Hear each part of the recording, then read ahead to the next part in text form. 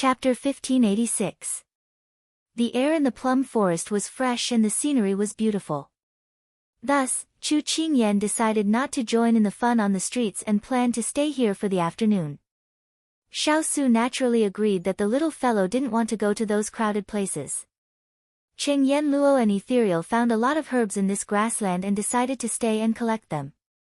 Thus, only Xiao Yao and the other three were left to go shopping at the night market. However, because Higashio Motetsu and Tao Tao were competing on horseback, they soon lost sight of them. Thus, in the end, only Xiao Yao and the Ice Beauty were left. One was riding a horse and the other was sitting in a carriage. At this time, the sun was already at the top of the mountain. In another hour, the sun would set. The golden light poured down from the top of the mountain, covering the mountains, fields, and roads with a faint layer of golden gauze. Looking from afar, the maple leaves dyed the whole mountain red. It was so red that it gave people a feeling of infinite vitality. Looking closer, in the fields, there were tenant farmers carrying hoes and preparing to go home for dinner.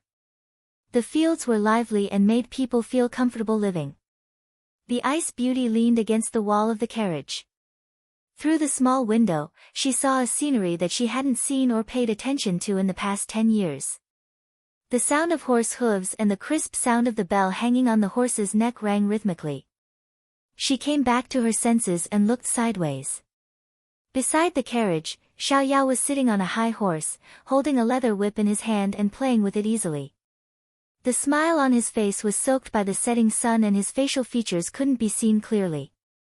She felt that his whole body was emitting a soft light, giving people the illusion that the world was stable. She was absent-minded for a moment. Along the way, Xiao Yao's mind was half on the road and half on the Ice Beauty. When she looked at him, he noticed it and turned to look at her. He saw her looking at him without blinking. He didn't notice her strange expression and thought that he had finally charmed her with his handsome appearance. He felt happy and couldn't help but start to pose on the horse's back, pretending that he didn't feel her gaze. However, when the Ice Beauty saw him putting his hand to his forehead in deep thought, stretching his arms as if he was flying, and lifting his cloak coquettishly, she felt that it was an eyesore. She didn't know what was wrong with this person, so she immediately retracted her gaze and no longer looked outside. Out of sight, out of mind. After Xiao Yao did all the positions he could think of, he turned back with a smile. However, he didn't expect that the curtains of the carriage had already been drawn. He was a little regretful. He didn't know if the Ice Beauty had seen all of his heroic actions on horseback. The carriage leisurely swayed to the street. At this time, the sun was about to set. Xiao Yao handed the reins and the carriage to the servants and then walked towards the bustling area with the Ice Beauty. Seeing a restaurant not far away, Xiao Yao stopped and asked her, "We've been playing all afternoon. Let's go have dinner first. When it gets dark, I'll take you to the night market. What do you think?" The Ice Beauty had no objections. "Up to you." Thus, the two of them stepped into a restaurant filled with guests. The enthusiastic waiter immediately greeted them. "Dear guests, would you like to eat or drink tea?" Xiao Yao said, "Let's eat." "All right, please come in." Xiao Yao looked directly at the stairs and prepared to go up to the second floor.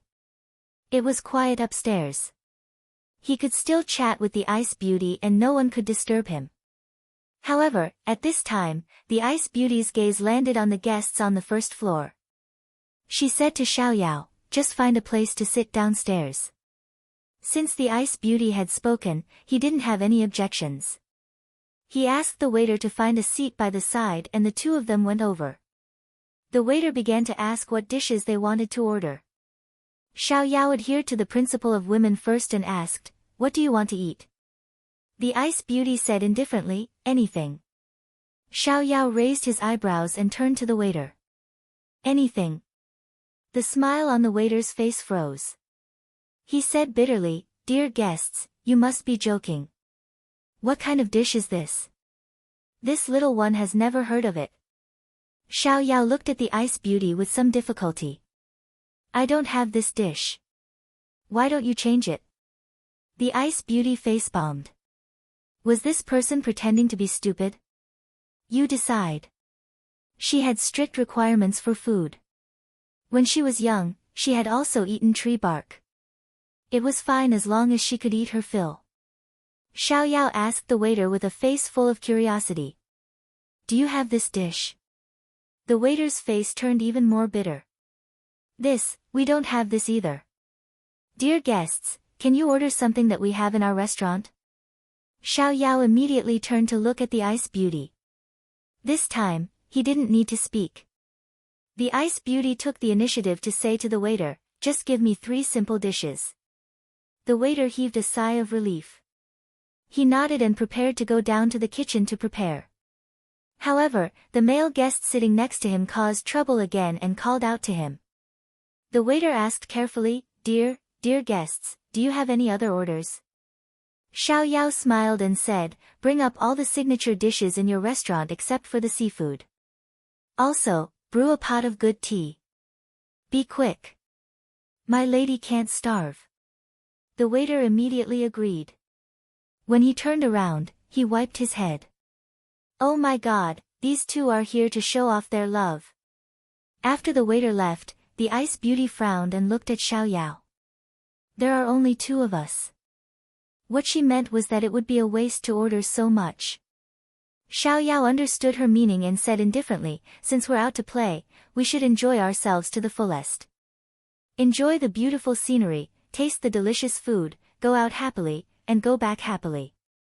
Don't worry and eat boldly. Order whatever you want to eat. It's my treat. Looking at him acting like a local rich man, the ice beauty wanted to facepalm. So you didn't want me to order just now?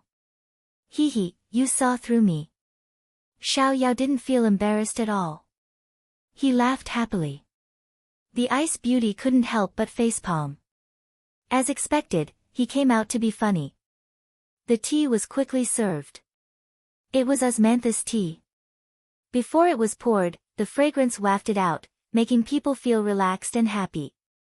Xiao Yao first poured a cup of tea for her, then poured a cup for himself. He picked up the teacup and sniffed it. With a face full of enjoyment, he said, fragrant. The ice beauty's attention was all around.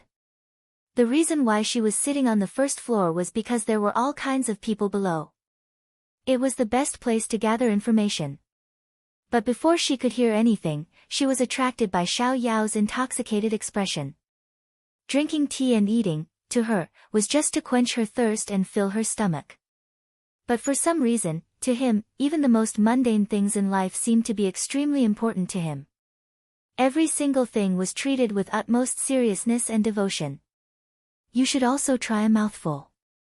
The taste is really good.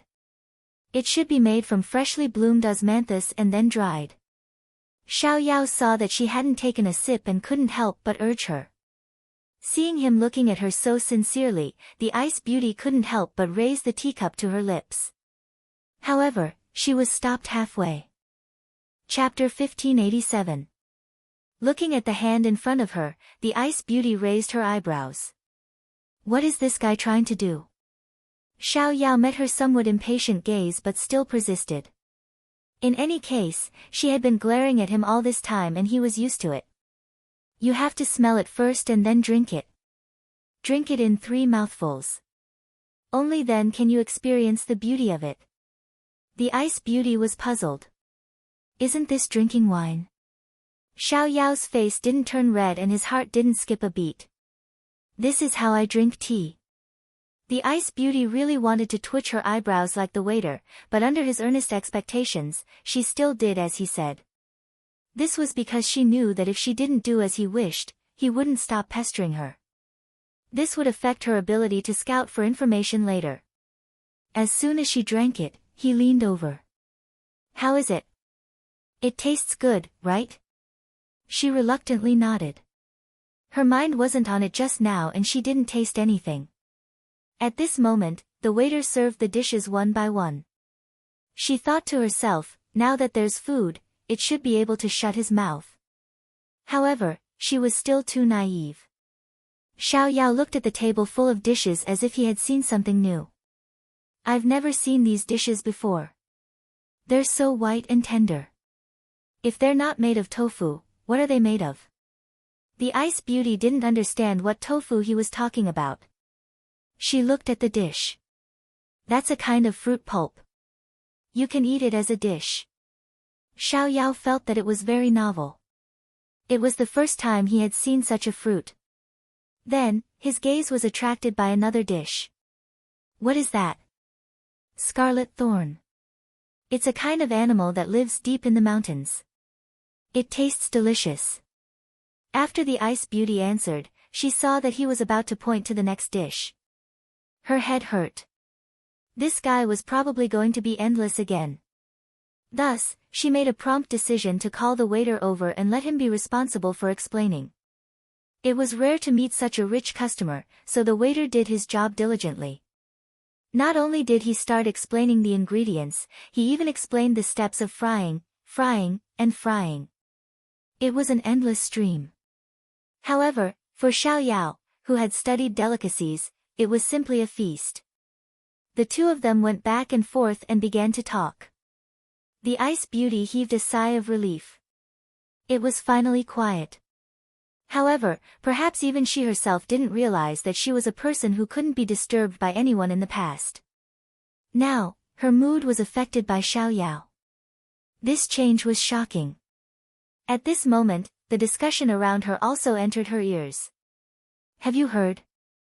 The sect master of the Tranquil Moon sect is missing. A burly man dressed like a pugilist said softly to the people at the same table. What? Missing? His companion was surprised. He's been missing for more than half a month. I heard that the Tranquil Moon sect has been covering up this matter. But don't I have a friend working in the Tranquil Moon sect? I've heard that they've already sent out 5 groups of people to search for them.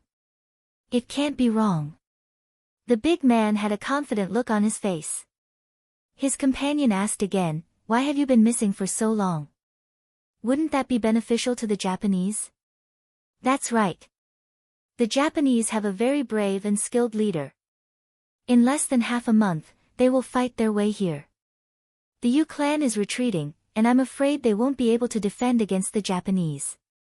Furthermore, there's no news about the sect master. Perhaps he has already been. The burly man made a throat-slitting gesture. His companion was so scared that he immediately drank a mouthful of wine to calm himself down. The ice beauty narrowed her eyes and turned to listen to the conversation on the other side. An old man whispered, do you know? Our Sun Flame sect's young sect master has returned. A middle-aged man dressed like a scholar immediately followed up, I heard that this time he brought a lot of helpers.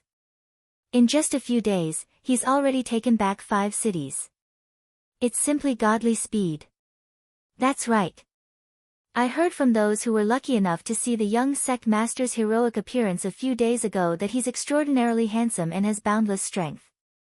He defeated a city guard in one move. Too powerful. Another slightly younger man, who was also dressed like a scholar, added. His face was full of admiration. The old man held his chest and sighed, the heavens have eyes. Chasing away those bastards from the Yu clan, the day of the Japanese is just around the corner. At another table, there was a group of hot-blooded youths. They drank wine and ate meat. They were very forthright.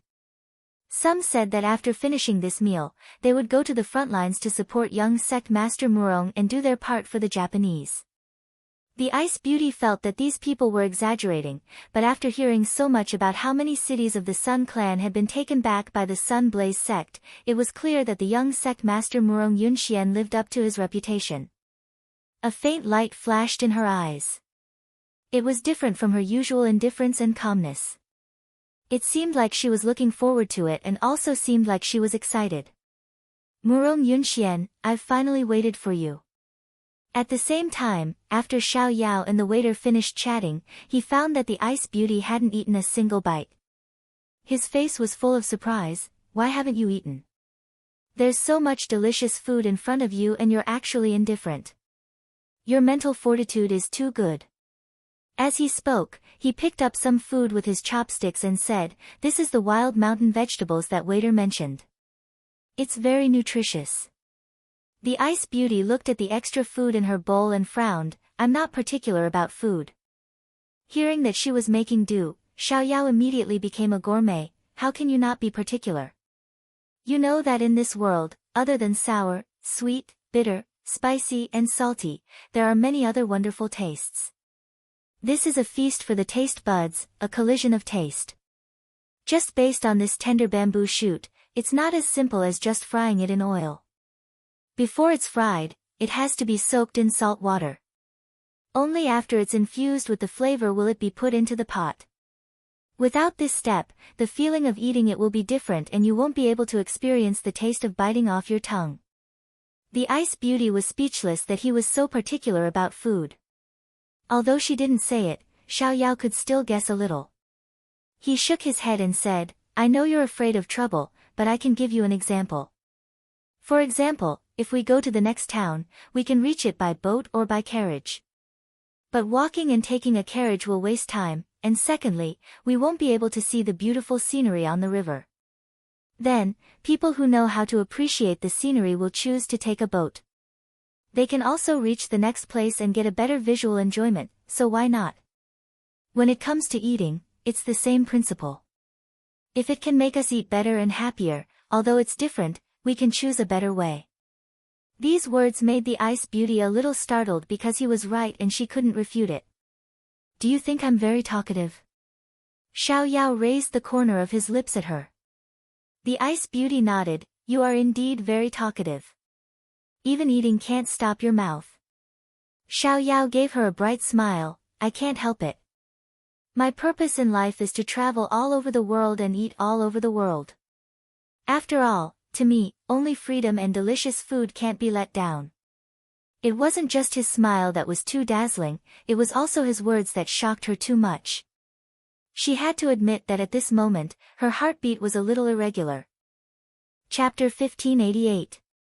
Xiaoyao was a meticulous person. Perhaps it was because he had suffered too much when he was young, causing him to be very meticulous in his food, housing, and clothing. However, there was also a reason. In that power struggle, he had listened to his mother's teachings since he was young. In order to not be targeted, he acted as if he was ignorant and incompetent on the surface. He didn't reveal anything and strive to be a person on the edge of power. In other words, he was commonly known as the second-generation ancestor, a person who couldn't be helped. Sometimes, after pretending for a while, he would get used to it and enjoy this kind of role. Later, when his imperial brother ascended the throne, Consort Yu's faction fell and the entire imperial court was rebuilt. He could finally let go of everything and no longer live so tirelessly. However, he really pursued good food, wine, and beautiful scenery. Perhaps it was because he hadn't found a goal to fight for in this life, so he said that he temporarily placed his hopes on mountains, rivers, and delicacies. That was why such a person would say that only freedom and delicacies could not be let down. The Ice Beauty was the exact opposite. Perhaps it was because she hadn't been free since she was young. In addition, she had too many burdens on her shoulders. Every day, in addition to dealing with those cunning old foxes, she also had to think of ways to consolidate the power in her hands. Every day, she was so busy that even breathing was an extravagant hope. How could someone like Xiaoyao have such enlightenment? Perhaps it was because she had never obtained it or thought of it, so when Xiaoyao said that long speech, other than feeling unfamiliar, she also felt yearning. Yearning and desire for the unknown. When she felt her sudden thoughts, the Ice Beauty was suddenly stunned by herself. As a person in power, the last thing she should do was to have too many personal feelings. Otherwise, it would affect her judgment when making decisions. Since she was young, she had been taught to be a heartless person. How could she have so many strange thoughts? While the Ice Beauty was in a dilemma, Xiaoyao was eating in big mouthfuls. He felt that this was not bad, so he picked up a piece for the Ice Beauty. When he felt that another piece was delicious, he gave her another piece. So when the Ice Beauty was about to move her chopsticks, he found that her entire bowl was full of food. The person opposite her even took credit and said, "Look, I'm so considerate of an injured person like you. Next time, when your wound recovers, I'll give you some seafood. Hurry up and eat. This was because eating seafood wasn't good for the recovery of sick and injured people. If he was the one who was injured, he probably wouldn't be so particular about it. However, the Ice Beauty was a lady after all. It wouldn't be good if she had a scar. The Ice Beauty had a serious case of mysophobia. She hated it when others touched her things, let alone put food in her bowl. But for some reason, when she saw Xiao Yao's eager gaze, she pouted but didn't say anything. She lowered her head and ate quietly. Xiao Yao even put food in her bowl from time to time.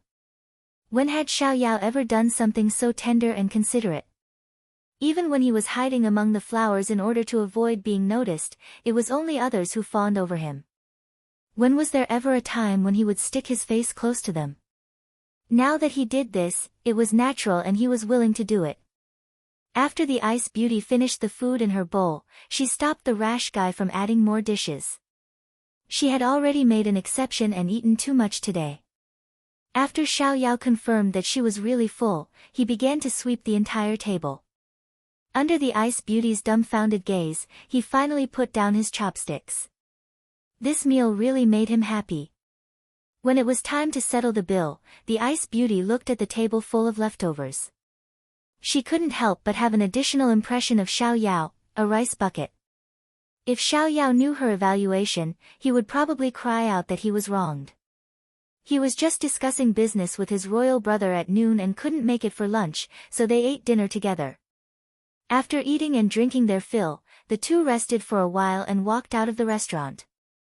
Xiao Yao wasn't very familiar with this area. After all, he met the injured Ice Beauty as soon as he arrived in this town. These days, he was only concerned with taking care of her and didn't come out for a stroll. However, when he came into contact with the bustle, he became excited. Xiao Yao turned his head to look at her and asked, "Where do you want to go? Or rather, what do you want to buy?" After asking, Xiao Yao realized that the person standing beside him wasn't thinking about him at all. Instead, she was staring at a place for a long time. He couldn't help but curiously follow her gaze. He saw a few young people wearing masks playing around. There was nothing special about it. Just as he was about to say something, the Ice Beauty retracted her gaze and spoke. "Let's go to the clothing store in front." Xiao Yao nodded when he heard this. She should also add some clothes, so he brought her into a clothing store called Leisurely Clothing Pavilion. If Xiao Yao looked back before leaving, he would find that the place was already empty. As soon as the two of them entered the store, a lady boss came up to them. "Which of the two guests wants to buy clothes?" Xiao Yao pointed to the person beside him. "Take a look for her. Take out all the beautiful and expensive styles." "All right." The lady boss smiled and nodded at the Ice Beauty. The two of them secretly exchanged glances. Not long after, the lady boss took out nearly 10 sets of clothes for the two of them to choose from. "These are the clothes with the best workmanship in your store." Xiao Yao glanced at them and asked. The lady boss hurriedly said, "Of course. Seeing that the two of you are extraordinary, I took out the treasures of the store. If you don't believe me, young master, take a look at our quality and then look at our style. You will know what to do." Xiao Yao raised his eyebrows and didn't say anything else. In this kind of place, to be able to take out such clothes, he really couldn't be picky. Thus, he muttered to himself and picked out 4 or 5 sets of clothes from the dazzling array of clothes. Then, he let the Ice Beauty try them on. The Ice Beauty didn't even look at them and directly went inside to change her clothes. The lady boss immediately carried the clothes and followed in. There was a place to try on clothes inside, so Xiao Yao sat outside and waited. He leisurely crossed his legs and closed his eyes to rest.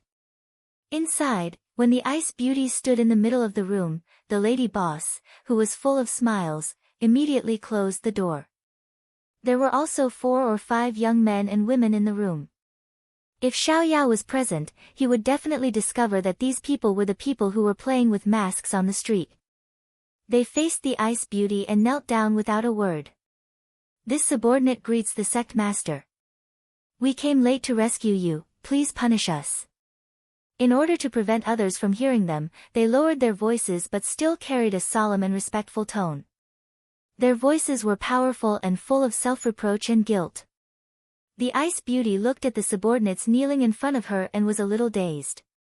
It was as if this period of peace and leisure was just a dream. Her face still had a calm and indifferent expression, but it was a little more dignified.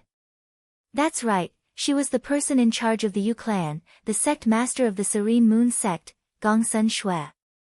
Some time ago, she was assassinated and led a wandering life here. Today, she left the manor and came here to re-establish contact with her subordinates. Chapter 1589. It happened so suddenly and I was careless. Don't blame yourself. Get up. Gong Sunshui said calmly. There was no point in looking into the past. The most important thing now was the matter at hand. Qing Yu and the rest stood up. What's the situation now? Gong Sunshui didn't waste any time and went straight to the point.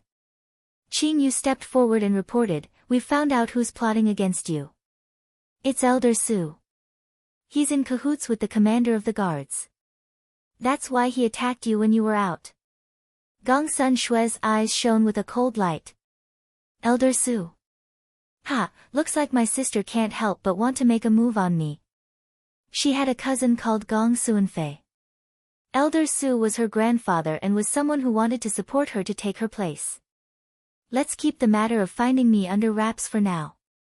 I want to see what else they can do.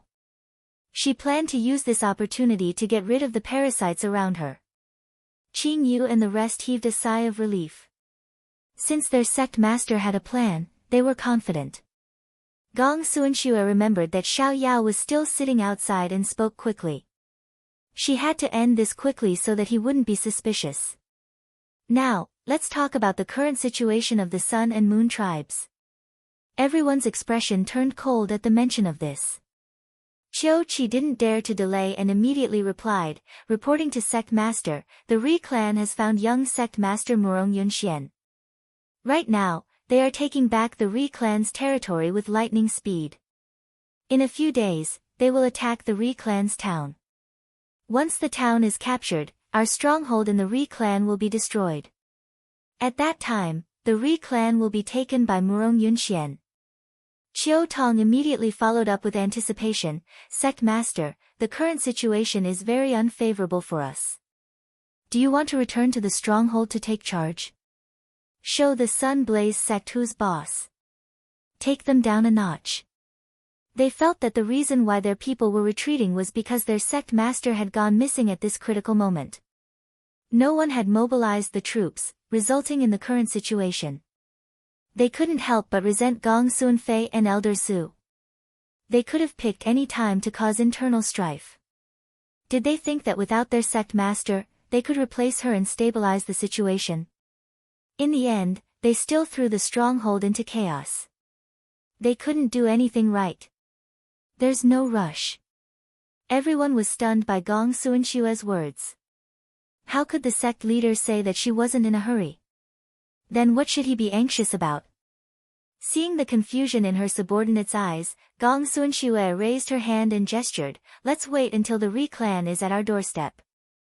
This time, Gong Sun Fei and the others will definitely make a move. You guys keep an eye on them. Once they make contact with someone or mobilize someone, immediately report to me." She had long suspected that they were colluding with the people of the clan, but she had never been able to find any evidence, so they had repeatedly brushed past her. This time, as long as they made a move, she would get the evidence. At that time, no matter how much they struggled, it would be useless. Knowing that their master had an idea, everyone immediately nodded in agreement. Gong Sunshu thought of someone and asked, "Where's the high priest?" Green Jade replied, "The high priestess is still in seclusion. She doesn't know what's happening in the outside world." Gong Sunshu nodded. "Since the high priest hasn't come out yet, let's not let him know about this for the time being." Qiu Feng asked curiously, "Then when will the sect leader go back?" Since the sect leader had ordered them not to show up on the street, it meant that the sect leader didn't want to reveal her identity for the time being. That was why Chiu Feng asked. I'm not sure for the time being. Also, I found something strange that I need you to deal with. Speaking of this, Gong Sunshue subconsciously looked at the door that was tightly covered by the curtain. Although she couldn't see the scene outside, she could still imagine how the people outside were leisurely waiting for her to try on the clothes. Her heart suddenly sank, and a hint of determination appeared in her eyes. I want you to investigate the identity of the man who came with me and the people who came with him. During this time, I will still be living with them, so arrange a person for me to pass on information. Although they didn't know what the sect leader was thinking, Green Jade and the others agreed without hesitation. In their opinion, no matter what the sect leader did, she had her reasons. Before letting Green Jade and the others leave, Gong Sunshu especially reminded them, these people are not ordinary people, so you have to be very careful. Don't let anyone find out. When only she and the lady boss were left in the room, she turned and said to the lady boss, it's been so many years. It's been hard on you to stay here and gather information. The lady boss was originally a spy under the US sect. Later, she was arranged to guard this stronghold in the Sun Race's territory to pass on information. Usually, she heard that the sect leader was cold-blooded and didn't know how to sympathize with her subordinates. Now that she saw it, she wasn't like the rumors. The lady boss said in fear and trepidation, this is what I should do. Sect leader is too serious. Gong Sunshu didn't say anything else. She didn't know if the fool outside was getting impatient. She waved her people away, took the clothes and began to change. She had to admit that Xiao Yao had good taste. The clothes he picked were not only suitable for her, but also suited her temperament. She couldn't tell that the fool had such good taste. When Gong Sunshui walked out, she immediately saw the man playing with the fan. His face was still relaxed, without a trace of impatience. She had spent at least half an hour in there, yet he was still so patient. It seemed that there was something to be proud of. If Xiao Yao knew what Gong Sunshui was thinking, he would probably be overjoyed. To him, as a well-educated noble, this kind of patience was essential. Moreover, it was this otherworldly ice beauty in front of him. He could afford to wait, and was willing to wait. The moment the curtains were lifted, Xiao Yao heard the commotion. He walked over with a smile and asked, how was it? Gong Sunshu picked up one of the white lotus-colored clothes. This is okay. Xiao Yao nodded, then said to the lady boss, other than the one she mentioned, this one, and this one, pack them all up. Gong Sunshu stopped him from taking out the money and emphasized, this is the only one, and I usually only wear white. Looking at the slender, snow-white hand in front of him, Xiao Yao shifted his gaze back to her determined face and chuckled. It's precisely because you only wear white that I want you to try other colors. I want you to know that as long as you dare to try, you'll find that not only white suits you, but other colors will also be very beautiful. As he spoke, he handed the money to the lady boss and ordered a few accessories that he had chosen out of boredom earlier. Before Gong Sunshu could react, he had already taken those things and smiled brightly at her. And you don't have to worry about spending money, I'll buy it for you. Gong Sunshu looked at the person in front of her and felt like she was being protected under his wings. And Xiao Yao followed through with his words, buying and buying along the way. For a moment, Gong Sunshu thought that his family owned a bank. Chapter 1590. Along the way, as long as she looked at something for more than 2 glances, Xiao Yao would immediately take out money to buy it. No matter how she explained that she was just curious and didn't have to buy it, he stubbornly insisted. In the end, she could only follow his wishes. It was really difficult to communicate with a stubborn person. Gong Sunshui had never seen a person who liked to spend money so much.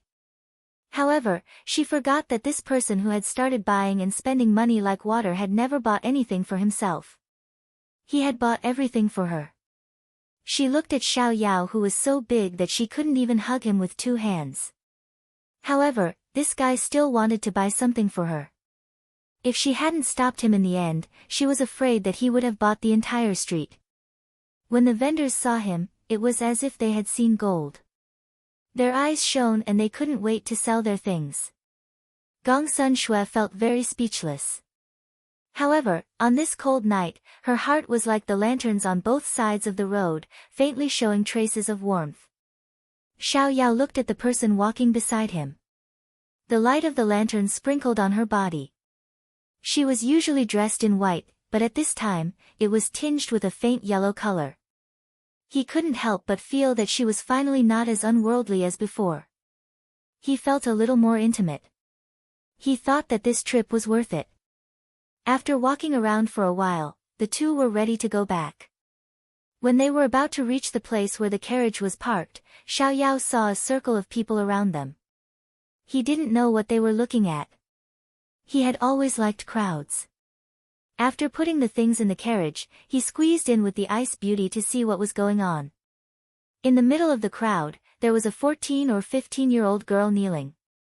She looked delicate and pretty, wearing mourning clothes. White flowers were in her hair, and her face was full of tears. In the night wind, her body trembled, and the passers-by couldn't help but feel pity for her. In front of the girl was a piece of paper. On it was written, "Sell yourself to bury your father." Seeing this, Xiao Yao realized that the person next to her was covered with a straw mat. It was obvious that it was her father. However, because of the recent war, and the Japanese being ruled by the Yu clan, the people had no way of making a living. Everyone was just watching for fun or sighing with emotion. No one really paid to buy this little girl. After all, she couldn't even feed herself, so how could she have the energy to feed another mouth? So everyone dispersed after some discussion. Other than sympathy, there was nothing they could do. Xiao Yao and Gong Sun Shui were both extraordinary people. They were even more eye-catching when they stood together. The people who stayed all made space for them. Perhaps they thought that such luxuriously dressed people could afford to buy this little girl so that her father could be buried. The little girl, who had been crying with her head lowered, raised her head timidly. Her eyes were full of begging and pity. However, wherever she looked, the people there would retreat and avoid her eyes. She was a little hopeless.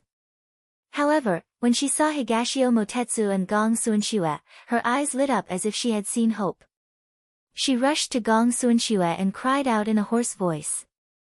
"Miss, please have pity on me, I beg you." Xiao Yao raised his eyebrows and looked at the ice beauty. At this time, Gong Sunshiue also looked at him. He thought that the ice beauty would be impatient. She was a very troublesome person. However, he was surprised that she didn't show any impatience.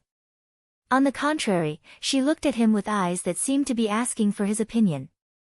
This made him suddenly feel that he had a place in her heart. Xiao Yao also sympathized with this little girl. However, their trip was a secret and they had plenty of people. There was no need to add more.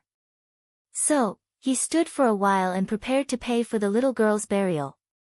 He took out a money bag and put it in front of the little girl. Then, he smiled and said, "Use this money to buy a coffin for your father.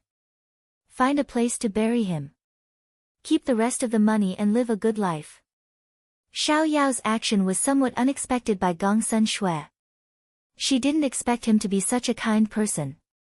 The little girl didn't pick up the money bag. Instead, she cried and looked at the two of them pleadingly. "This little girl has no relatives, no home. I don't want the rest of the money. Please take me in.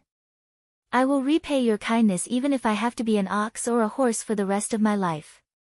Xiao Yao was in a difficult position. The little girl saw that Xiao Yao didn't say anything. She cried and said to Gong Sun Shui, "Miss, I have great strength. I can do manual labor. Please take me in.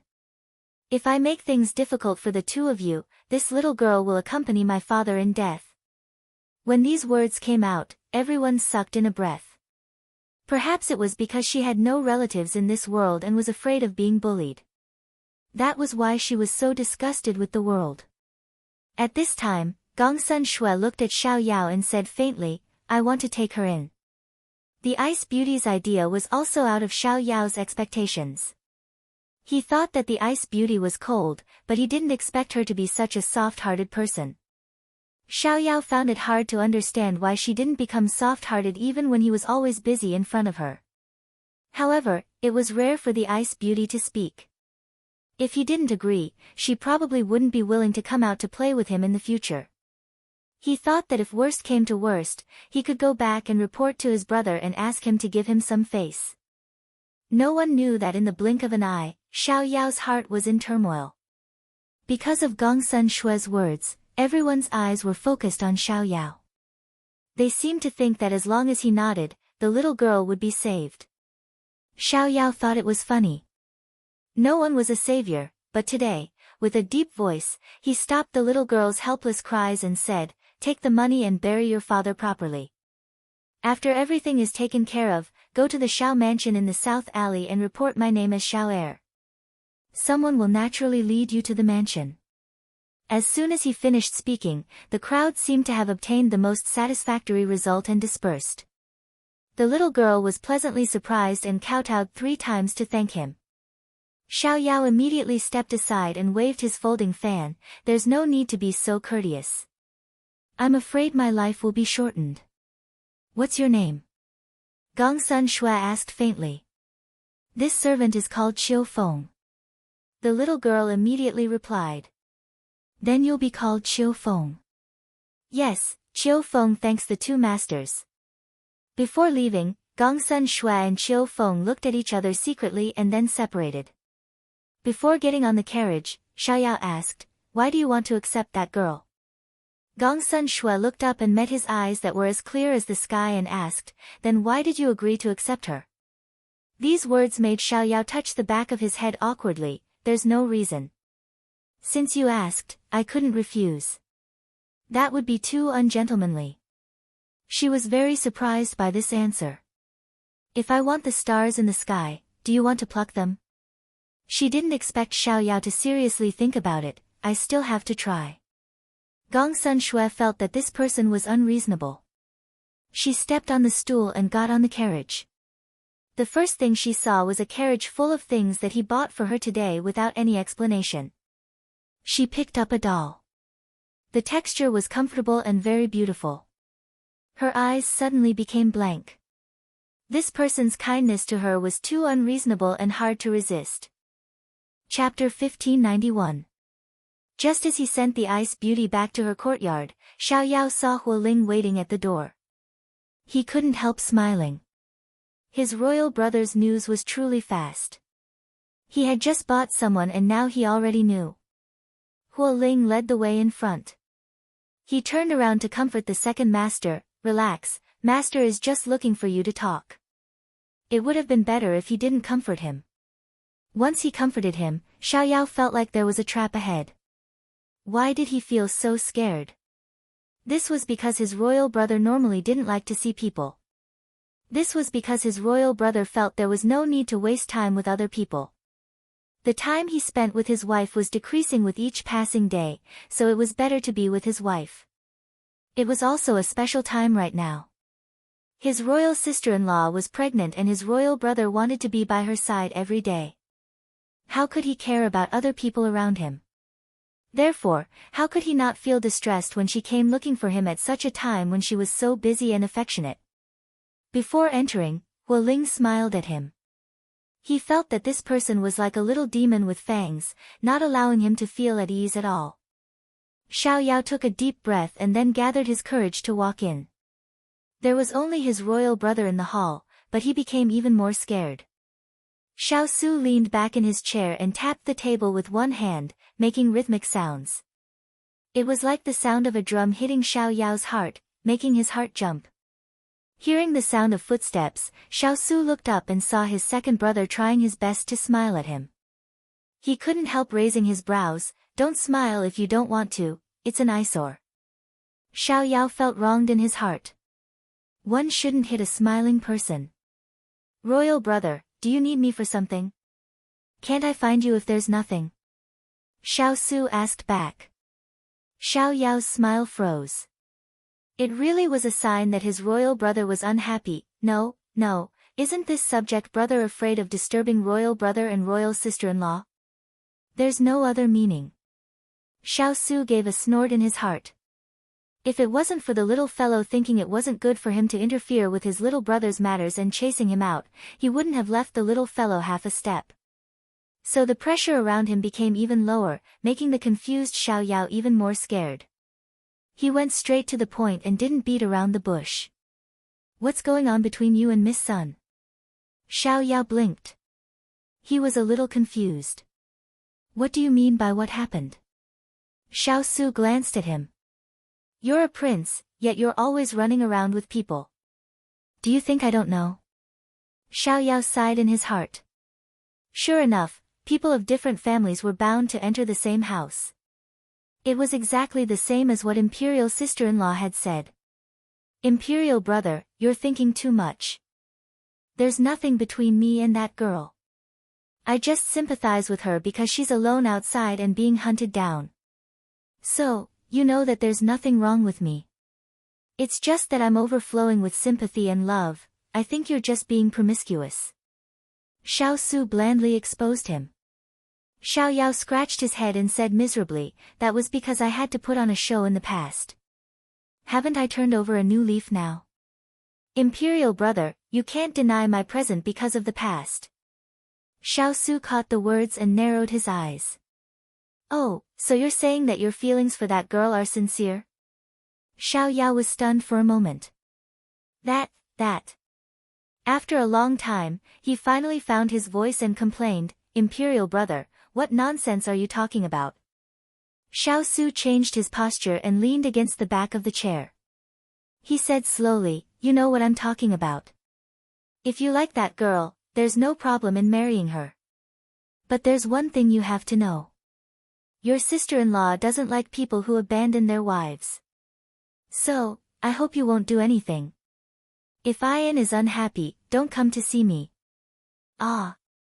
Xiao Yao felt that his imperial brother had taken a big leap. Why was he talking about marriage? He clearly hadn't said anything yet, okay? Xiao Su looked at the sky and said impatiently, don't play dumb with me. You've been smarter than others since you were young. How could I not know your cunning mind? Being exposed by his imperial brother, Xiao Yao suddenly felt like he had been exposed. However, he faintly didn't want to admit it in his heart. Perhaps it was because the ice beauty had always been indifferent to him. He had put on a cold face for so long, and his pride as a noble son of the imperial family didn't allow him to admit it so easily. So, Xiao Yao, who had just understood his feelings, fooled himself just like that. Imperial brother, this younger brother doesn't have such thoughts. It wasn't easy for this younger brother to leave that damned place. This younger brother only wants to live a free and peaceful life for a few years, see the mountains and rivers, and experience the local customs. So, beauty, marriage, those are all things that are far away. You don't have to worry about me. Xiao Yao kept denying it, and Xiao Su didn't argue with him. Although the elder brother was like a father, these younger brothers were already so old. They had experienced great storms and waves, and they were already mature enough that no one needed to worry about them. If it wasn't for the little fellow's exhortations, he also didn't want to get involved in his second brother's matters. However, he still had to remind him of some things. Let's not talk about this first. Let's talk about the good things you've done today. When Xiao Su said this, Xiao Yao recalled his previous worries. He fawned over him and said, Imperial brother, since it's a good thing, then there's no need to praise me. I gave you a pole, and you really know how to climb up, Xiao Su lightly snorted. When his second brother's shoulders drooped, he questioned, we've already agreed before that our identities are special, and we're not familiar with this place. We can't provoke the people here. You didn't listen the first time and took in Miss Sunday. Her life was in danger, and you extended a helping hand. This is pardonable, and I won't fuss about it. But today, you bought a servant girl. Do you really think you're a universal person? Xiao Yao was speechless. It was true that he didn't consider this matter thoroughly, but he also didn't want to refute the Ice Beauty's words. However, he was also prepared to face his imperial brother's reprimand. Imperial brother, this matter was wrong. I accept the beating, scolding, and punishment. He straightened his back and said. Xiao Su rubbed his forehead. This second brother, he usually didn't see him so muddle-headed. Could it be that even a hero couldn't resist the charms of a beauty? Since you've already taken her, what else can I say? There won't be a next time. These words made Xiao Yao's eyes light up with a smile. His mouth seemed to be smeared with honey. I knew that Imperial brother is considerate and has a strong stomach. You, are always so glib. Don't wait until our son and daughter are old enough to buy soy sauce. You'll still be alone. Xiao Su shook his head and stood up. At worst, I'll treat you and third brother's child as my own in the future. Isn't it the same? Xiao Yao shrugged and smiled indifferently. Xiao Su walked to his side and patted his shoulder. There are some things that I still have to remind you of. Xiao Yao saw that his imperial brother was so serious, and immediately became serious. Imperial brother, please speak. After the time it took to drink a cup of tea, Xiao Su walked out, leaving behind a stunned Xiao Yao. But before he left, he turned sideways and raised his eyebrows. If you want to raise a child, do it yourself. Don't have any ideas about us. After leaving the door, Xiao Su thought that he could go back and report to his wife. Chapter 1592. Xiao Yao didn't know whether to laugh or cry at his royal brother's words. It could be seen that not only was his royal brother obsessed with his wife, he was also protective of his children. But after his royal brother left, Xiao Yao recalled his royal brother's words and his heart sank. Ice Beauty, what secrets do you have on your body? He pressed his forehead that was hurting a bit and finally put down his hand. He slowly walked out and saw Huo Ling's figure as soon as he walked out. Xiao Yao called out to him, what did royal brother tell you just now? Thinking of what master said before, if the second master asked, there was no need to hide it. Huo Ling came out with a smile on his face. Master told this subordinate to investigate the girl that second master was soft-hearted and took in today. Xiao Yao's lips twitched. It was bad enough that he was taught a lesson by his royal brother, but even the people by his side were teasing him. Where would he put his face? He kicked Huo Ling. Go, go, go, you've become bold, even daring to speak to me. Huo Ling's body nimbly flashed and he retreated to the bottom of the stairs. Then his eyes suddenly focused and he respectfully said to Xiao Yao, Miss Sun, why are you here? Xiao Yao immediately stopped the thought of teaching this stinky brat a lesson. He straightened his clothes and checked where he had lost his composure. Then he turned around and prepared to speak to her. However, there was no one beside him. Xiao Yao knew he had been tricked. When he turned around, that stinky brat Huo Ling had already run off to who knows where. He couldn't help laughing in anger. Don't let him see you again, otherwise don't blame him for being impolite. And this scene was seen by the Emperor Emeritus and Father Chu who were passing by. The Emperor Emeritus shook his head. As expected, children who fall in love will have their intelligence lowered. Poor grandson, it can't be any lower. He simply doesn't want to admit that he is this one's grandson. Father Chu nodded and then shook his head. I feel that if you fall in love, your IQ and EQ are on the line. That little fan has always been this stupid. The Emperor Emeritus expressed his agreement. Then the two of them swaggered past Xiao Yao like this. Xiao Yao's lips twitched. Speaking so loudly, did they think he was deaf? Everyone was bullying him, so he should find a piece of tofu and kill himself. Xishuan Imperial Palace. Xiao Ho held a letter and carefully read it under the light. When his gaze landed on his sister-in-law who was pregnant again, his eyes couldn't help but ripple with a smile. At this time, Peng Zhijing came in with a bowl of tonic soup. She happened to see the smile under the light. The stranger was like jade, and the young master was unparalleled. Even though she had been with him for a period of time, she still couldn't help but be mesmerized by his every move. Sometimes, she would wonder how there could be such a good-looking person in this world. He was even more good-looking than a girl. How could such an unreasonable thing exist? However, when this person smiled at her, all her rationality and doubts would vanish and be sucked into the gentle whirlpool he gave her. Just like now. Xiao Ho heard her footsteps and turned around to see her carrying something. He walked over and took the plate with one hand and put the other hand around her waist as they walked back. He said in a pampering tone, "Why are you here? I'll go back to accompany you and little Ball after I'm done with the accounts." Pang Zhijing felt that his embrace was very gentle, his voice was very gentle, and his smile was also very gentle. Her entire body softened. "I had nothing to do, so I came to see you. They say that men look the best when they're serious, so I came to see you when you're usually the best." Her slightly coquettish words, with a soft and gentle tone, made Xiaoho's heart melt in an instant. He put down the plate, pinched her chin and raised it so that their eyes met. The corners of his mouth curled up slightly, and a charming smile bloomed in front of Pang Zhijing, causing her to fall into a daze. At this time, she only felt a hot breath teasing her ear. "I thought that the me in bed was the most serious and the best looking." When he said this, Pang Zhijing instantly understood what he meant.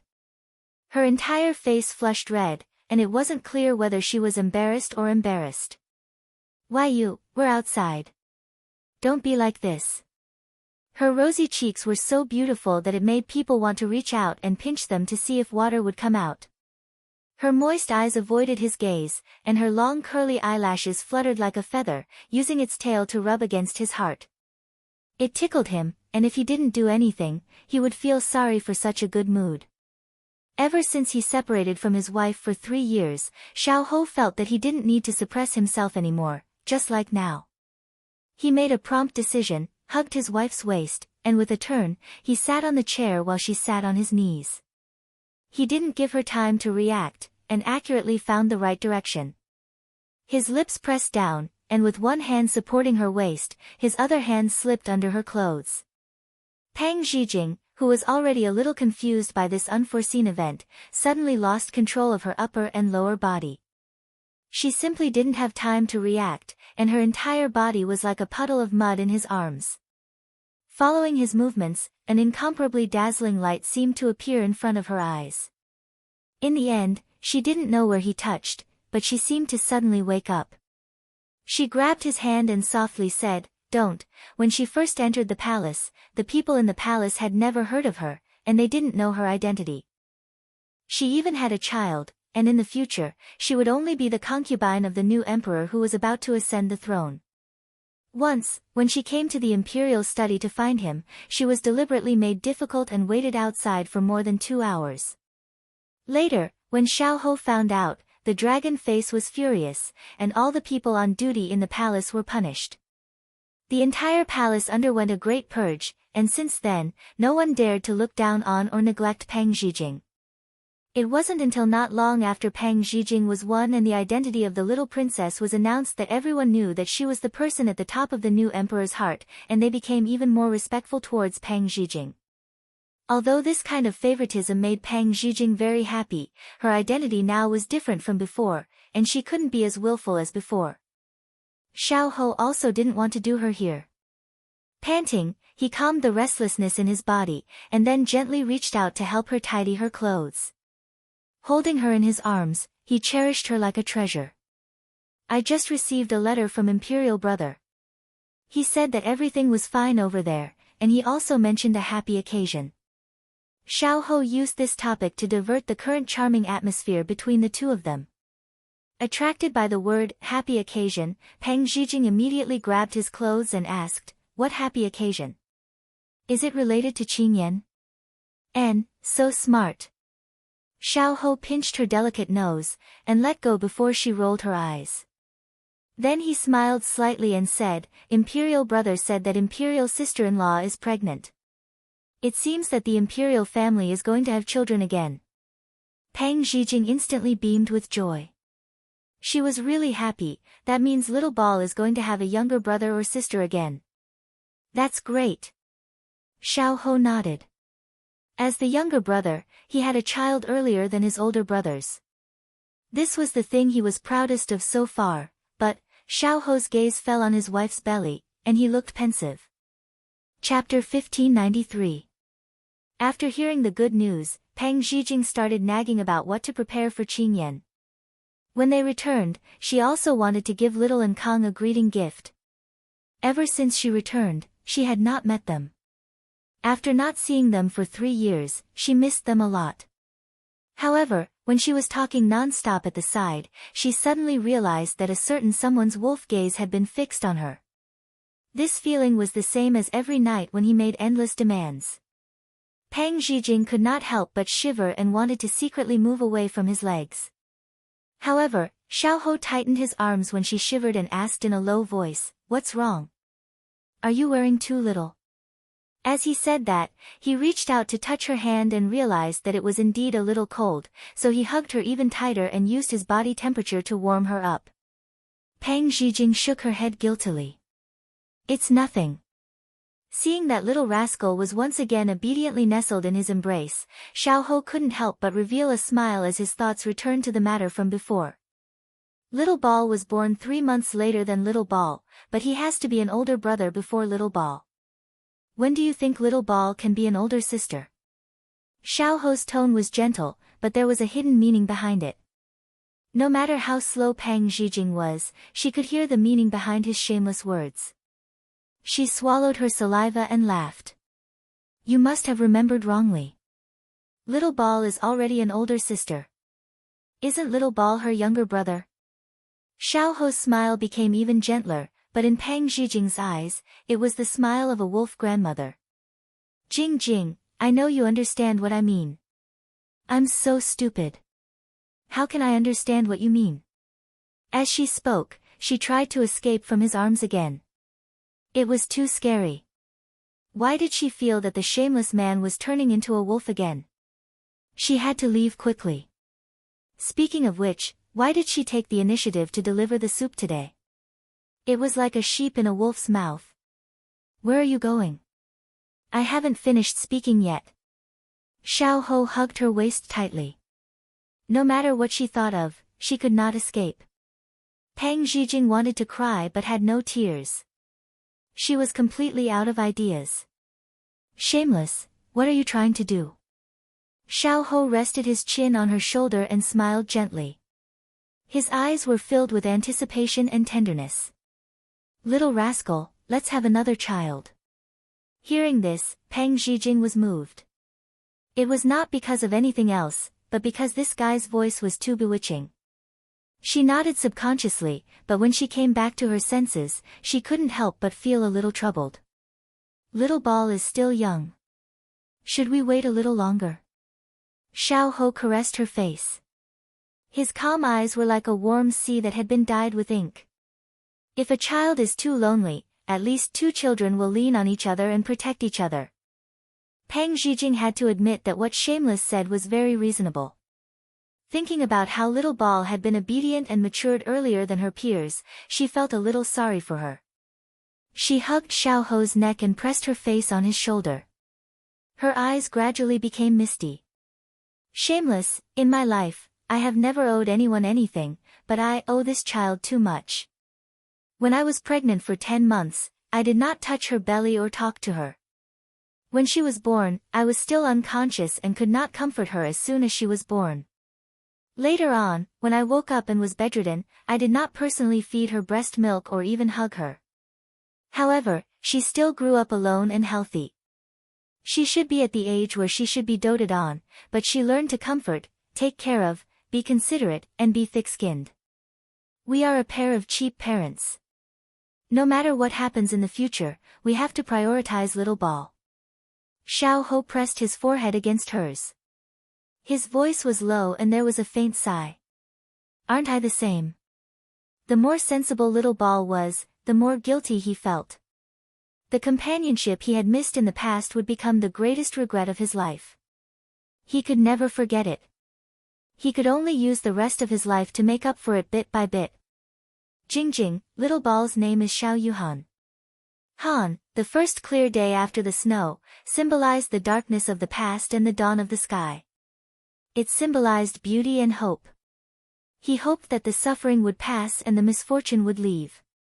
His daughter would be happy and safe. Pang Zhijing smiled. Tears overflowed from her eyes and the corners of her mouth curved up. "Okay, Yuhan, don't worry, we will always be by her side. If we are 100 years from now, her younger siblings will still be there to protect her. Xiaohou hugged the woman he loved the most and gave her a solemn promise as a husband and a father. Pang Zhijing nodded heavily. When they returned to their palace, Little Ball immediately threw down the toys in her hands when she saw her parents. She ran over and hugged her mother's leg. Then, she raised her head and smiled sweetly at her father. When Little Ball expressed her affection to her mother, she didn't forget to greet her father. The two of them took very good care of each other. However, it was this consideration that made the emperor feel a little sad. Little rascal was right. At this age where she should be willful and spoiled, Little Ball was so sensible that it made one's heart ache. Xiaohou bent down and picked up Little Ball. He placed her on his shoulder and eased the dryness in his throat. He smiled and said, "Let's go. Father will take you to see the bird's nest." This bird's nest had been blown down by the wind a few days ago. Little Ball had asked him to put it back on the tree. Pang Zhijing stood by the door and looked at her husband who had shed his majesty as the emperor and returned to his gentle self in front of the mother and daughter. She also looked at her daughter who was so excited at her age. Pang Zhijing felt her chest fill with warmth and couldn't help but smile. At night, the imperial palace was already silent. The lanterns swayed quietly in the wind. The imperial guards patrolled in an orderly manner. Everything was as usual. Inside the palace, Xiaohou used his body to carry out his words today. On the wide bed, the mandarin duck brocade quilt moved up and down. Low gasps and tender moans mixed together. The temperature rose steadily. Pang Zhijing's hand tightly clasped his arm. She found that he was a little different from usual tonight. She thought that he might have been provoked by her brother's letter. However, if this continued, she wouldn't be able to take it. She couldn't help but raise her head and bite down on his shoulder. Xiaohou sensed her thoughts and gave a low laugh. His normally gentle face revealed a magnificent color, extremely charming. Towards little rascal's actions, he allowed her to do as she pleased. However, he didn't stop his actions. Instead, he used all kinds of methods to grind her down. She couldn't help but loosen her bite. She wanted to push him away, but she couldn't help but become addicted. Pang Zhijing despised herself for being so eager, but his methods were really too good. After being together for so long, he had studied everything about her, to the extent that she would throw away her armor the moment he touched her. She didn't want to be unable to get out of bed tomorrow. Xiao Ho! Xiaohou raised his head. His gorgeous and enchanting face made Pang Zhijing instantly stunned. What a sin! How could there be such a good-looking person? He was completely different from when he was in bed. Be good. You promised me that you would give Little Ball a younger brother or sister. After Xiaohou finished speaking, he directly covered her lips and swallowed all her following words. Such a beautiful scene shouldn't be let down. Chapter 1594. When Xiao Su returned to his wife's side, Xiao Ankang was lying on the bed and asking, "Mother, can I sleep with you tonight? I want to sleep with my younger siblings too." Her son was so adorable, how could Chu Qingyan bear to reject him? She stroked his soft hair and nodded with a smile. "Okay, I'll get your Aunt Jasper to prepare a small blanket for you later." Xiao Su had just entered the house when he heard this. He said resolutely, "No." Xiao Ankang frowned when he heard this. It was not easy for him to wait until his father was not around before he came over to tell his mother. Yet, his father came over to cause trouble again. He turned his head and glared at the person who was walking over unhurriedly. "Why not? Mother has already agreed to it." As soon as Xiao Su stood still, his son's question came over. Even the little guy's gaze was on him. He cleared his throat and said as usual, "You're already 2 years old. Letting you sleep alone is to cultivate your ability to take charge. You have to learn to be independent." Xiao Ankang hugged his 2 short hands together. He was so adorable, but he still tried his best to pretend to be an adult. "Father, you've been saying this since I was 6 months old, 1 year old, and 1.5 years old." Xiao Su said righteously, Good habits have to be nurtured from a young age. At this moment, Xiao Kong looked suspiciously at his father in front of him and said disdainfully, "Then why are you still sleeping with mother when father is so much older than me? Why don't you cultivate your independence?" Xiao Su's face darkened when he heard his son's words. Chu Qingyan, who was watching from the side, broke into laughter in a second. She had just laughed twice when she received a cold gaze from the big ice cube. She immediately covered her mouth and made a zipping motion to ensure that she would not expose him. However, she was still laughing in her heart. She secretly gave her son a thumbs up. He was indeed her good son. Xiao Kong secretly winked at his mother to show off. Xiao Su's face darkened even more. Did he think he was blind to do such a brazen action? As expected of his biological brother, he had the same experience as Xiao Yao. "Father is different from you." Xiao Kong immediately put his hands on his hips and stomped his feet. "How is it different? You're saying that only you and mother are allowed to sleep together, but Bao Bao is not allowed to sleep with mother." Chu Qingyan leaned against the side of the bed. She was smiling so much that her eyes were almost squinted. Kong was quite good at drawing inferences from one example. Not bad, not bad. She could be taught. However, Xiao Su's heart was like rotten wood that could not be carved. He rubbed his forehead. Since when had he been rendered speechless by his own son? Obviously, if he couldn't convince people with reason, with his son's temperament, there would be no end to it. "Before I met your mother, I've always slept by myself." Hearing this, Xiao Kong turned to his mother with a conflicted expression. "Then wouldn't Bao Bao have to wait until he grows up before he can sleep with mother?" "No." Xiao Su shook his finger. "Ah." Kong was stunned. Xiao Su then slowly said, "You will have your own wife." In the end, he still couldn't sleep with his mother. Xiao Kong refused. No, I don't want to listen. I just want to sleep with mother." No matter how smart Kong was, he was only a 2-year-old child. It was normal for him to want his mother. Xiao Su thought that his son was quite cute when he was young. Why was he so clingy now?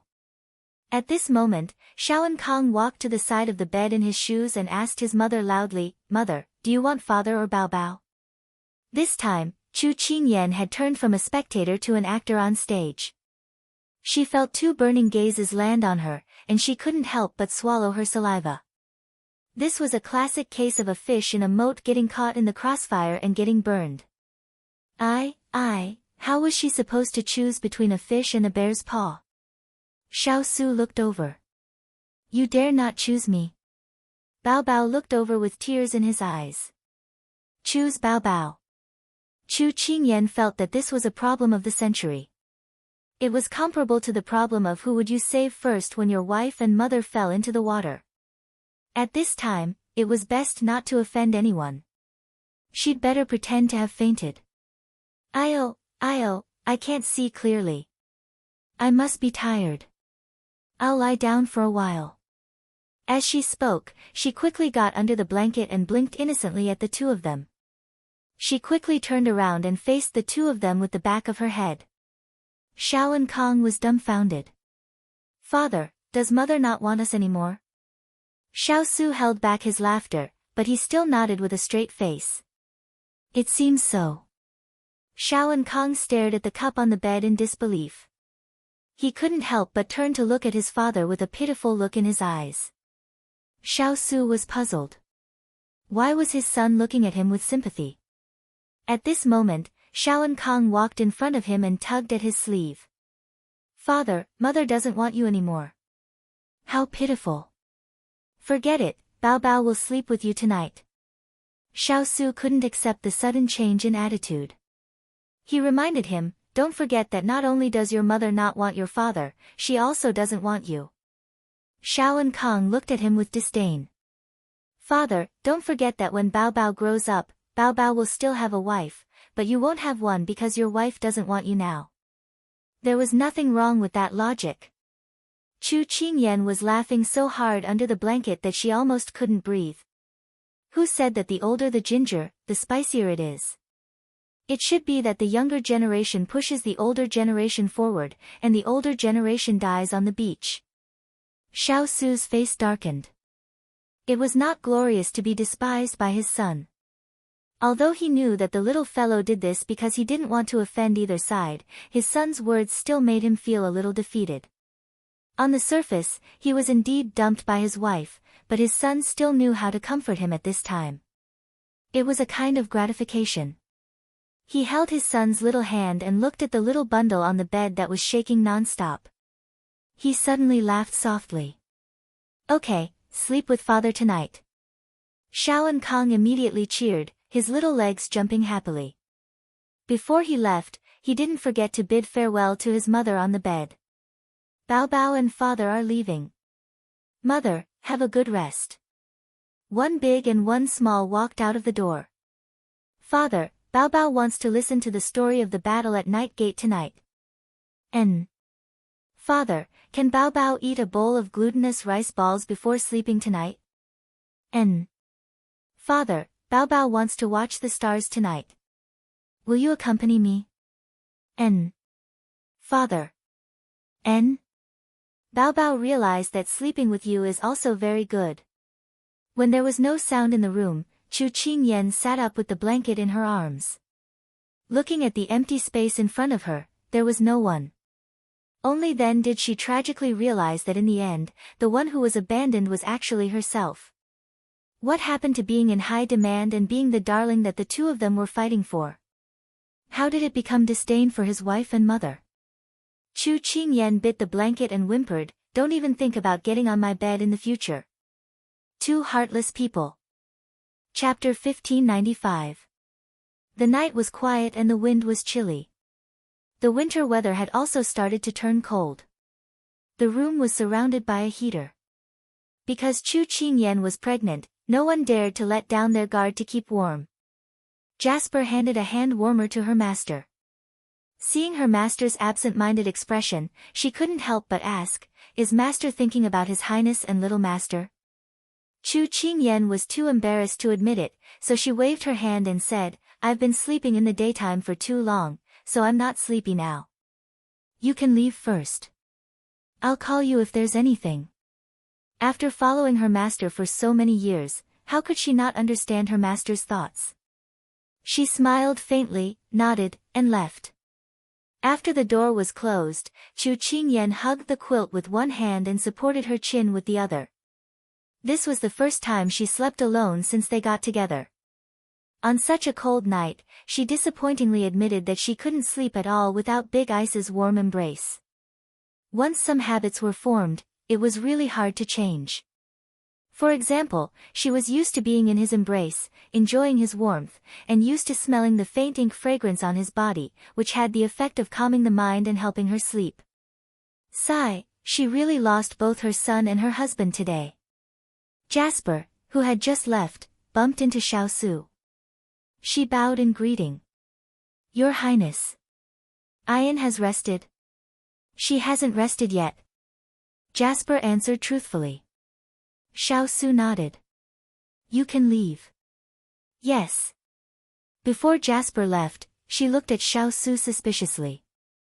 Under that wide cloak, he seemed to be hugging something, but he was hugging it too tightly, so she couldn't see clearly. When she turned the corner and saw the flash of a little shoe, she understood and left with a smile. It seemed that she had to tell old Madame Chu tonight that she didn't need to look after little master. At this time, the gloomy Chu Qingyan heard the door open. Thinking that Jasper had returned, she asked in a muffled voice without raising her head, "Why are you back? Did you leave something behind?" She had already entered the room and the door was closed, but she didn't hear a reply. She was a little puzzled. When she turned her head again, she heard the familiar footsteps and couldn't help but open her eyes. The person was already near, and so was the voice. "After I left, I realized that I had left you behind, so I came back to look for you." There was a hint of mockery in her coldness, and a hint of a smile in her mockery. He didn't need to look to know who it was. Chu Qingyan snorted, "You still know to come back." I thought you forgot about your wife after you had a son. Xiao Su felt that this scene was familiar. Didn't it just happen today? He sat down, lifted the little fellow's chin with one hand, and covered her without any explanation. Their lips and teeth intertwined, kissing her until she was gasping for breath. Chu Qingyan leaned on his shoulder and raised her hand to hit him. She grumbled softly, I thought you really abandoned me last night. Pregnant women tended to have a little temper. It was as if the delicate side of her that she had never noticed before had been stimulated. If it had been any other time, she wouldn't have thought much of the big ice cube sleeping with her son. But now that she was pregnant, she was sentimental and needed someone to accompany her. That was why she felt this way. Thus, Chu Qingyan despised her own pretentiousness and complained about the injustice she had suffered. Xiao Su smiled. His hand that was around her slender waist stroked her silky hair. When have I ever let you be alone? You little vinegar jar. Chu Qingyan rolled her eyes at him. Who was jealous of their son today? Indeed, only the state officials were allowed to set fires, but the common people were not allowed to light lamps. At this moment, she saw her son wrapped in his cloak from the corner of her eye. She immediately sat up in shock. You brought Kangkang back. After saying this, she suspiciously looked at the calm person beside her. She had no idea what he was thinking. But when she thought about how they had kissed in front of Kangkang, even if he was asleep, her face couldn't help but turn red. She couldn't help but pat his shoulder a few times. How embarrassing. How could Xiao Su not know what she was thinking? He caressed her face, then placed their sleeping son between the two of them. He considerately covered him with a blanket. Tonight, we'll sleep as a family of 3. After saying this, he kissed his dazed wife. Chu Qingyan was stunned. Didn't you not let Kangkang sleep with me today? Why did you suddenly change your mind? Xiao Su's gaze fell on his son who was sleeping soundly under the blanket. He softened his tone. I didn't let you sleep with him because I was afraid that he would kick the blanket in the middle of the night and kick your stomach. But after thinking about it, Imperial Mother didn't want to sleep with me in the past. I was used to sleeping alone, but I forgot that at his age, he should spend more time with his parents. I didn't have a complete childhood, so how could I let him have an incomplete childhood? Hearing him talk about the past, Chu Qingyan's eyes couldn't help reddening. She couldn't help but reach out to hug his waist and rest her head on his shoulder. It's fine, it's all in the past. Isn't it just me and Kangkang now? Right, there's also the baby in my stomach. Our entire family is here. In the future, we'll be complete. He patted the back of her hand and softly said, I've always known that. Then let's sleep together tonight.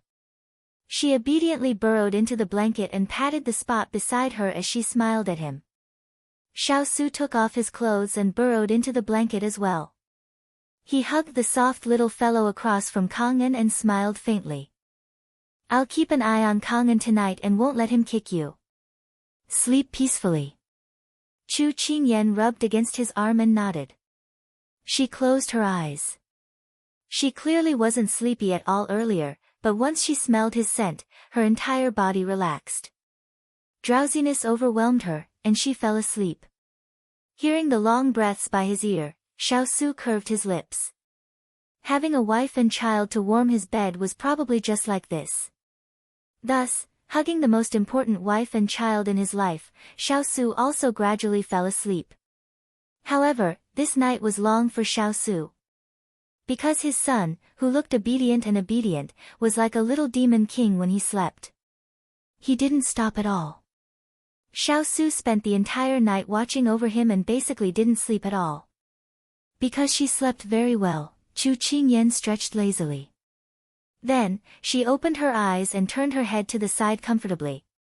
She saw that big ice cube had woken up early and was half sitting on the bed, staring intently at his sleeping son. What's with Big Ice Cube's black face? There's even a bruise at the corner of his mouth. Where did it come from? It clearly wasn't there before he went to sleep. At this moment, the culprit also woke up. He rubbed his eyes and after seeing where he was sleeping, he jumped up like a carp. Baby can't believe it. Baby must be dreaming. That's right, you've been dreaming. Xiao Su gritted his teeth. Little Kong nodded seriously. Yes, last night, Baby dreamed that someone wanted to catch Baby, so Baby punched him left and right and beat him down. Ha ha ha ha, Chu Qingyan tried hard to hold back her laughter. So that's how it was. At this moment, little Kong, who didn't know what was going on, scratched his head and said in confusion, Father, why do you look so pale? Xiao Su held his forehead. He shouldn't have been soft-hearted. Chapter 1596. Inside the room, Gongsun Shui was sitting while Qiu Feng, who had sold her body to bury her father yesterday, stood in front of her. If Xiao Yao was here, he would find that this little girl was no longer as timid and sorrowful as before. Instead, she had a solemn expression and a straight back, as if she was a completely different person. Is everything done? Gongsun Shui asked. Because she usually liked to be quiet, Xiao Yao didn't arrange for any servants to stay in her room. Even a few maids would only serve her medicine and meals, and wouldn't appear in front of her unless there was something important. Therefore, she wasn't afraid of being overheard when she spoke to Qiu Feng. It's all done. I borrowed the identity of an outsider to visit my family in the capital, but my relatives are long gone and I used up all my traveling expenses. My father died of an illness, so I sold my body to bury him, Qiu Feng immediately replied. Gongsun Shui nodded, although it's not perfect, they won't be able to find anything wrong in a short time.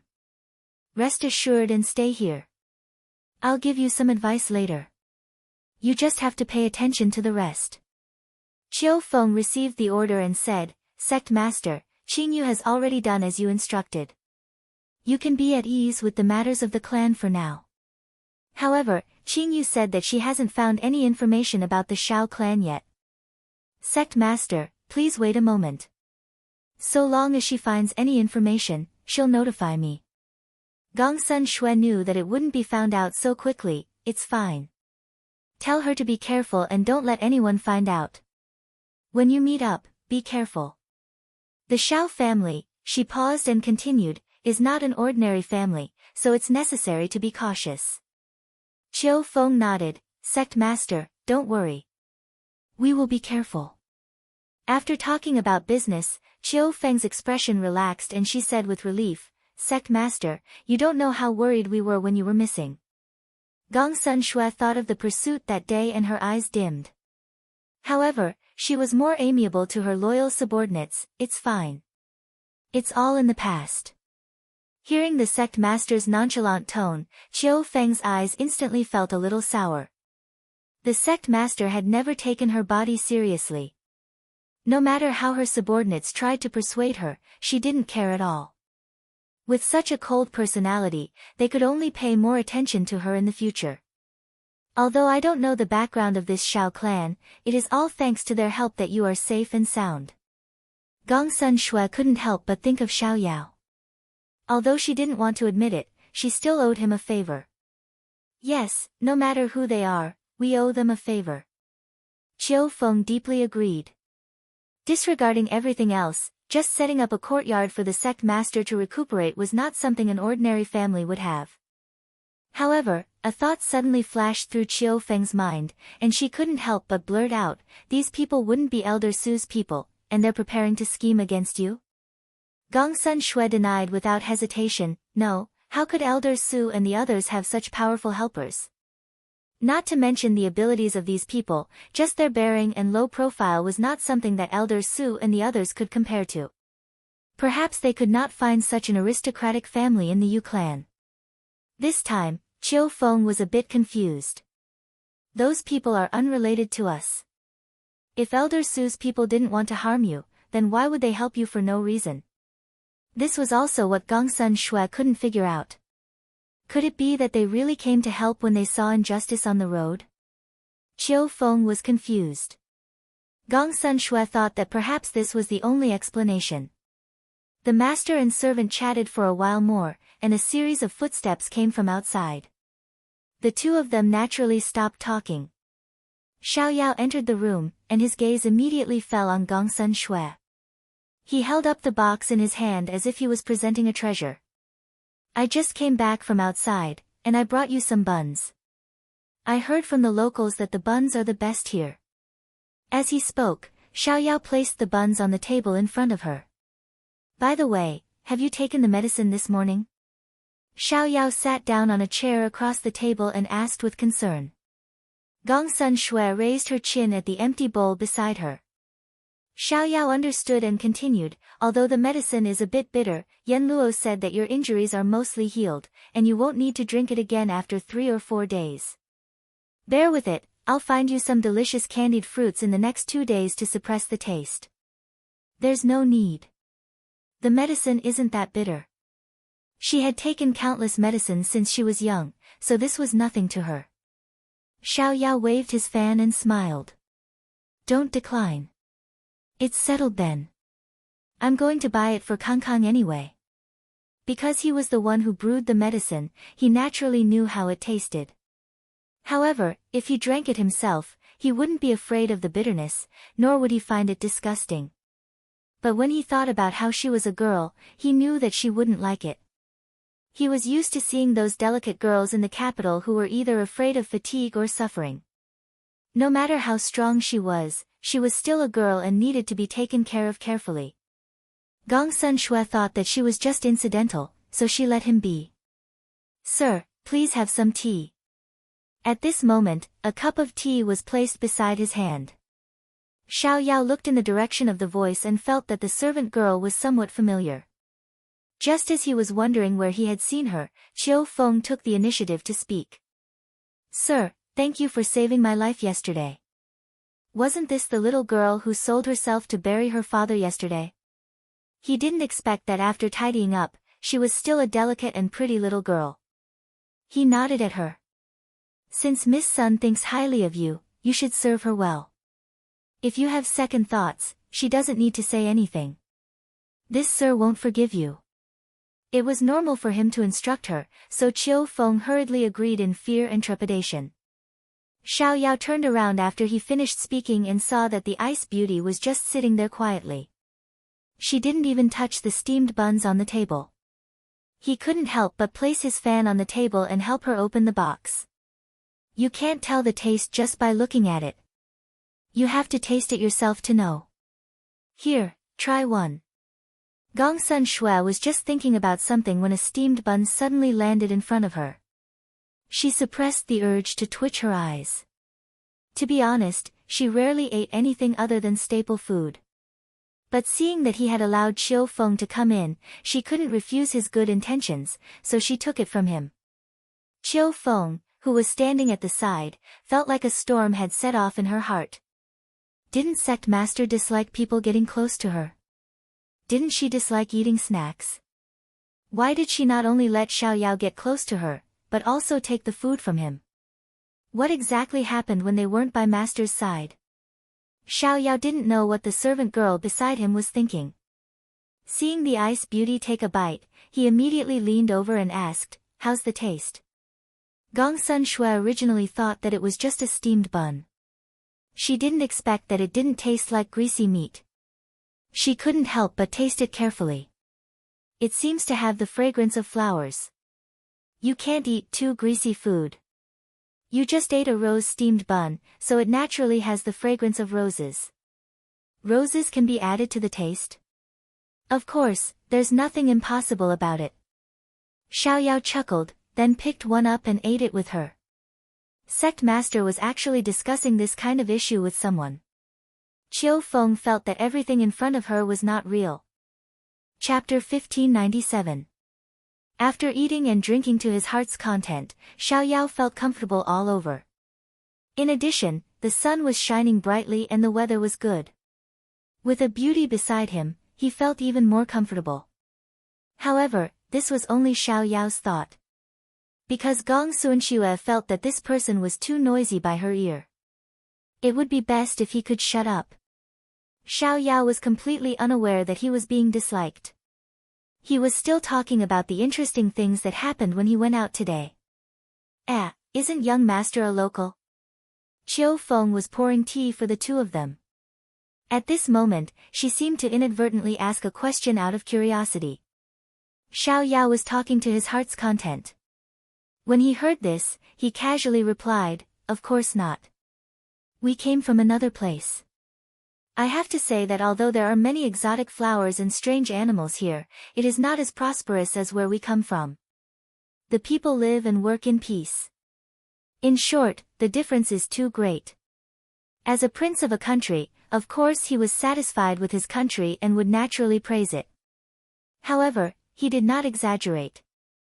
During the years when his brother was ruling, it was really a bountiful harvest. The people had enough food and clothing. However, these words were unpleasant to Chiu Feng's ears. Wasn't this belittling the Yu clan? However, no matter how dissatisfied she was, she could not express it in front of others to avoid exposing her identity. However, Gong Suanxue heard another layer of meaning. You mean that your hometown does not have the flowers, plants, and animals here? Xiao Yao nodded and casually pointed to the garden. Do you see that deciduous grass? I don't dare to say that we don't have it, but at least I haven't seen it before. Gong Suanxue's mind worked quickly. These flowers and plants were everywhere in North Korea. However, Xiao Yao said that he had never seen them before coming here. Even if he lived in seclusion deep in the mountains and forests, those animals should be everywhere. Could it be that he was not from North Korea? If he was not from North Korea, then where did he come from? After he finished speaking, the ice beauty did not respond. Xiao Yao smiled and tilted his head to look at her. As he turned his head, he met the ice beauty's scrutinizing gaze in time. Gong Sun Shui was only a little embarrassed to be caught red-handed, but her expression did not change. After so many years, she had already developed this temperament. Even if she was in a mess internally, she would not show it on the surface. This kind of scrutinizing gaze reminded Xiao Yao of the days when everyone had to be on guard against him. Those people looked at him with such a gaze, guarding against him. Although 3 years had passed, the marks left behind couldn't be erased in a short time.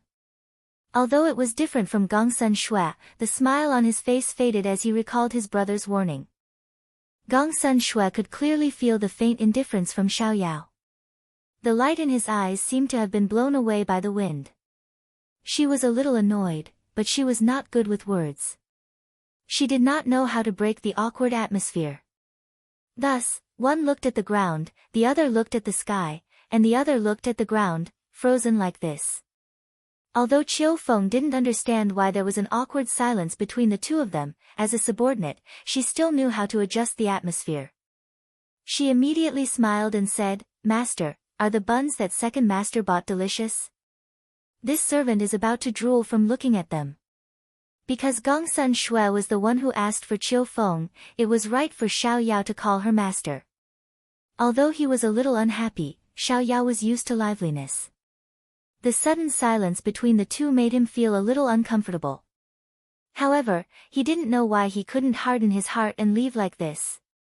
But with his pride as a prince, it was impossible for him to take the initiative to speak, so the two of them could only sit there. Thus, whether Chiu Feng was trying to help or not, the atmosphere eased a lot.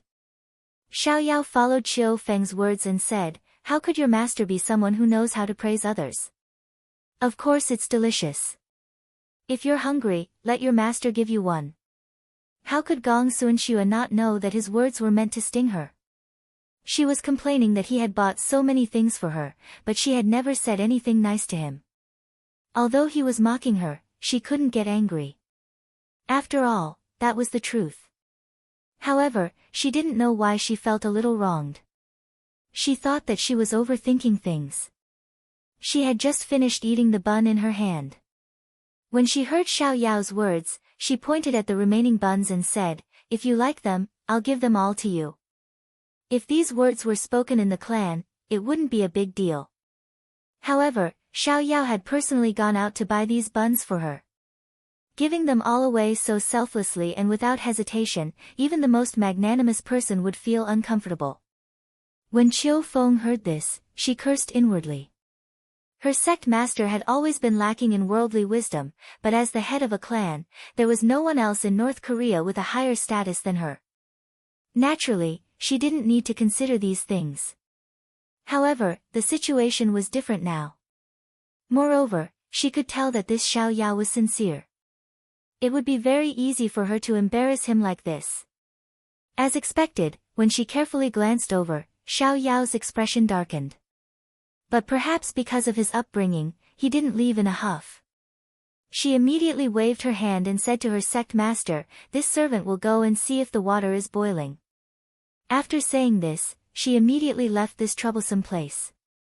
If she stayed any longer, her sect master would definitely insist that she take the buns away. That way, second master Xiao would probably be even more unhappy. After Gong Suanxue said this, she saw Qiu Feng hastily run away. When she turned back, she saw that Xiao Yao's expression was even worse than before. She immediately realized that she had said the wrong thing. She was used to rewarding people, but she forgot that he was the one who had specially sold those buns to her. No matter how proud and arrogant she was usually, she knew that she had made a mistake now. Xiao Yao was already gloomy, but when he saw the flash of annoyance in her eyes, most of the anger in his heart dissipated. He rubbed his forehead. He clearly knew that she didn't know how to coax people, and she didn't do it on purpose. Forget it, he wouldn't pursue the matter. At this moment, Gong Suanxue unexpectedly opened her mouth. "These buns do taste pretty good." Xiao Yao already didn't expect to hear anything nice from her. When he suddenly heard this, his joy immediately overshadowed his previous gloominess. He spoke without thinking, "The next time I go out, I'll bring you some delicious food. I saw that snow pear cake shop that we passed by today was pretty good." After saying this, he regretted that he had eagerly tried to curry favor with her. But when he thought that girls should be treated well, he cast this thought aside and went to Java. Gong Suanxue didn't think that this guy would be so easy to coax. The uneasiness in her heart immediately dissipated, and she unexpectedly responded. This made Xiao Yao extremely happy, but he had to desperately suppress it. If his royal brother was here, he would definitely say that he couldn't keep his cool. However, his happiness still leaked out, which surprised Gong Suanxue. This person was really easy to satisfy. Suddenly, a sentence sounded by her ear. "Miss Sun, we can be considered friends, right?" Chapter 1598. Miss Sun, we can be considered friends, right? Even Gong Sun Shui, who was usually calm, was stunned by his words. Friends? If she had been young and carefree, she would have had an extravagant hope for these two words. But now, after experiencing all the scheming, she had long since given up on these two words.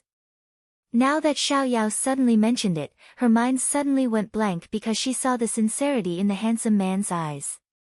Second young master Xiao, I'm afraid there's a difference between men and women. They couldn't be friends. Xiao Yao didn't expect to hear anything nice from her, so he clicked his tongue. You even dared to fight with others, so why would you be afraid of a difference between men and women? Besides, it's fate that we met. We've been through life and death together, so it wouldn't be wrong to call us friends. Gong Sun Shui couldn't refute him after he said it so bluntly. If he told her his identity and his family background were clean, perhaps they could really become friends. Unfortunately, she knew nothing about him, and she felt a little uneasy. Therefore, based on her investigation of him, she felt that if she admitted to being his friend, it would be unfair to him. Of course, investigating his identity was already a form of disrespect, but as the leader of a clan, she shouldered the heavy responsibility of North Korea, so she had to do it. After Xiao Yao finished speaking, he saw her sitting there quietly without responding. He knew the answer in his heart. He thought that her softening her attitude just now was because there was hope for him to break the ice, so he asked this question. However, he didn't expect that he was still wrong. Ice was ice. How could it be melted into water? Miss Sunday, Gong Sun Shui heard him call her. His voice wasn't as warm as before, but it wasn't rude either. Her heart skipped a beat, and she turned to look at him. She saw that his clear eyes were full of magnanimity, but also seemed to be mixed with a few strands of disappointment, but they were still bright. I'm not from North Korea. If there's a chance, I can take you to see my country.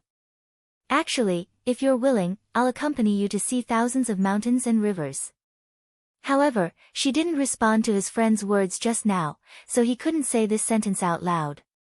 When Chiu Feng returned from boiling the water, only Gongsun Shui was left in the room. Where's second young master? Chiu Feng thought, could it be that the sect leader had driven him away? Chiu Feng was a trusted aide, so she guessed it immediately.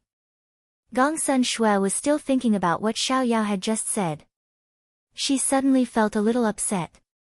Because her questions today had made him suspicious, he openly admitted that he wasn't from North Korea, as if he wasn't afraid that she would find out. However, his last sentence made her heart tremble. But after saying that, he got up and left. She knew that he wasn't joking when he said he would take her out, but compared to the way he looked at her in the past, there was a hint of disappointment in his eyes. She suddenly felt a faint sense of fatigue. Autumn Maple, I'm tired. When Chiu Feng heard this, she immediately said nervously, it might be because of the medicine. Master, you should go rest first. This subordinate will wake you up when it's dinner time. After so many years of suspicion, she was really tired. However, there was nothing she could do. He had admitted that he wasn't from North Korea, but she couldn't just pretend that this didn't exist. She closed her eyes, and finally said, Chiu Feng, send a message to Qingyu. Tell her that these people from the Shao clan aren't from the Sun Moon clan. Investigate them in other countries. Autumn Maple was shocked. Weren't we cut off from the other countries? Could it be that someone snuck in? Find a chance to send the message. I'm tired. Gong Suanxue rubbed the space between her eyebrows, then stood up and walked towards the inner room with a tired expression.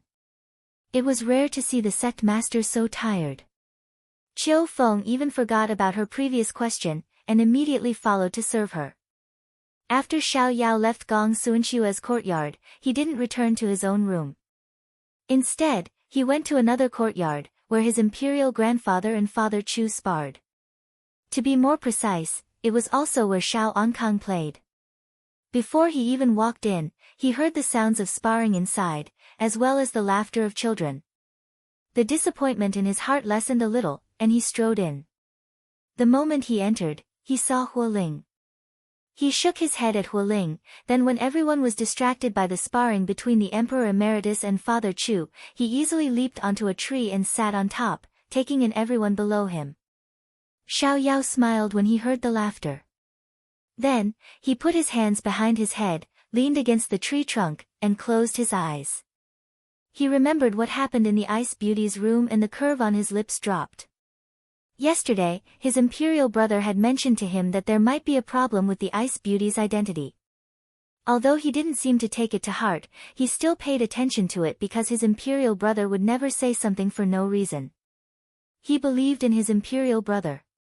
He remembered how she kept her mouth shut about her family, how she refused to talk about those assassins who wanted to kill her, and how she tested him today. It would be a lie to say that he wasn't disappointed. But even so, he still thought that if there was a chance, he wanted to take her to Sichuan for a walk, to see other countries. He wanted to share the beautiful scenery that he had once admired with her. If his imperial brother was here, he would definitely scold him for having no ambition. But there was nothing he could do. He felt that this Ice Beauty was quite pleasing to the eye. Moreover, he didn't know why, but he felt a little heartache for her. Although she acted like she didn't care about anything and didn't care about anything, he just felt that this little girl deserved to be pampered very well. He just wanted to bring all the beautiful things to her. Thinking of this, he couldn't help but rub the space between his eyebrows and laugh at himself. When did he become so benevolent and kind? She was just a stranger he met by chance, yet he was so concerned about her. At this time, Xiao Yao heard the sound of leaves rustling and couldn't help but open his eyes. However, the pair of big eyes in front of him almost scared him to the point of rolling down. He immediately went forward and hugged little Kong, who was standing on the branch, tightly hugging him. After he sat firmly in his arms, he wiped the cold sweat off his forehead and said with trembling lips, "My little ancestor, how did you get up here? Where are the people who followed you?" If anything happened, he wouldn't be able to explain it to his imperial brother and sister-in-law even if he died 10,000 times. Compared to his second uncle, little Kong wasn't flustered at all, but he honestly said, "When I saw second uncle playing on the tree, Bao Bao climbed up alone." Climb? Xiao Yao immediately looked at the distance between them and the ground, and couldn't help but twitch the corner of his eyes. As expected of his imperial brother's son, he actually had such ability at such a young age. That's right. Soon, Bao Bao will be able to learn martial arts. Just like Hualing and Su Su, Bao Bao won't have to crawl when he flies up. Little Kong patted the bark on his hands in disdain. If his father knew that he was dirty all over, he would definitely not let him near his mother. Thus, he secretly grabbed second uncle's sleeve and wiped his hands. Chapter 1599. Xiao Yao did not notice Xiao Ankang's small actions. He was worried about his safety and lectured him, "If there's no one by your side in the future, don't do this.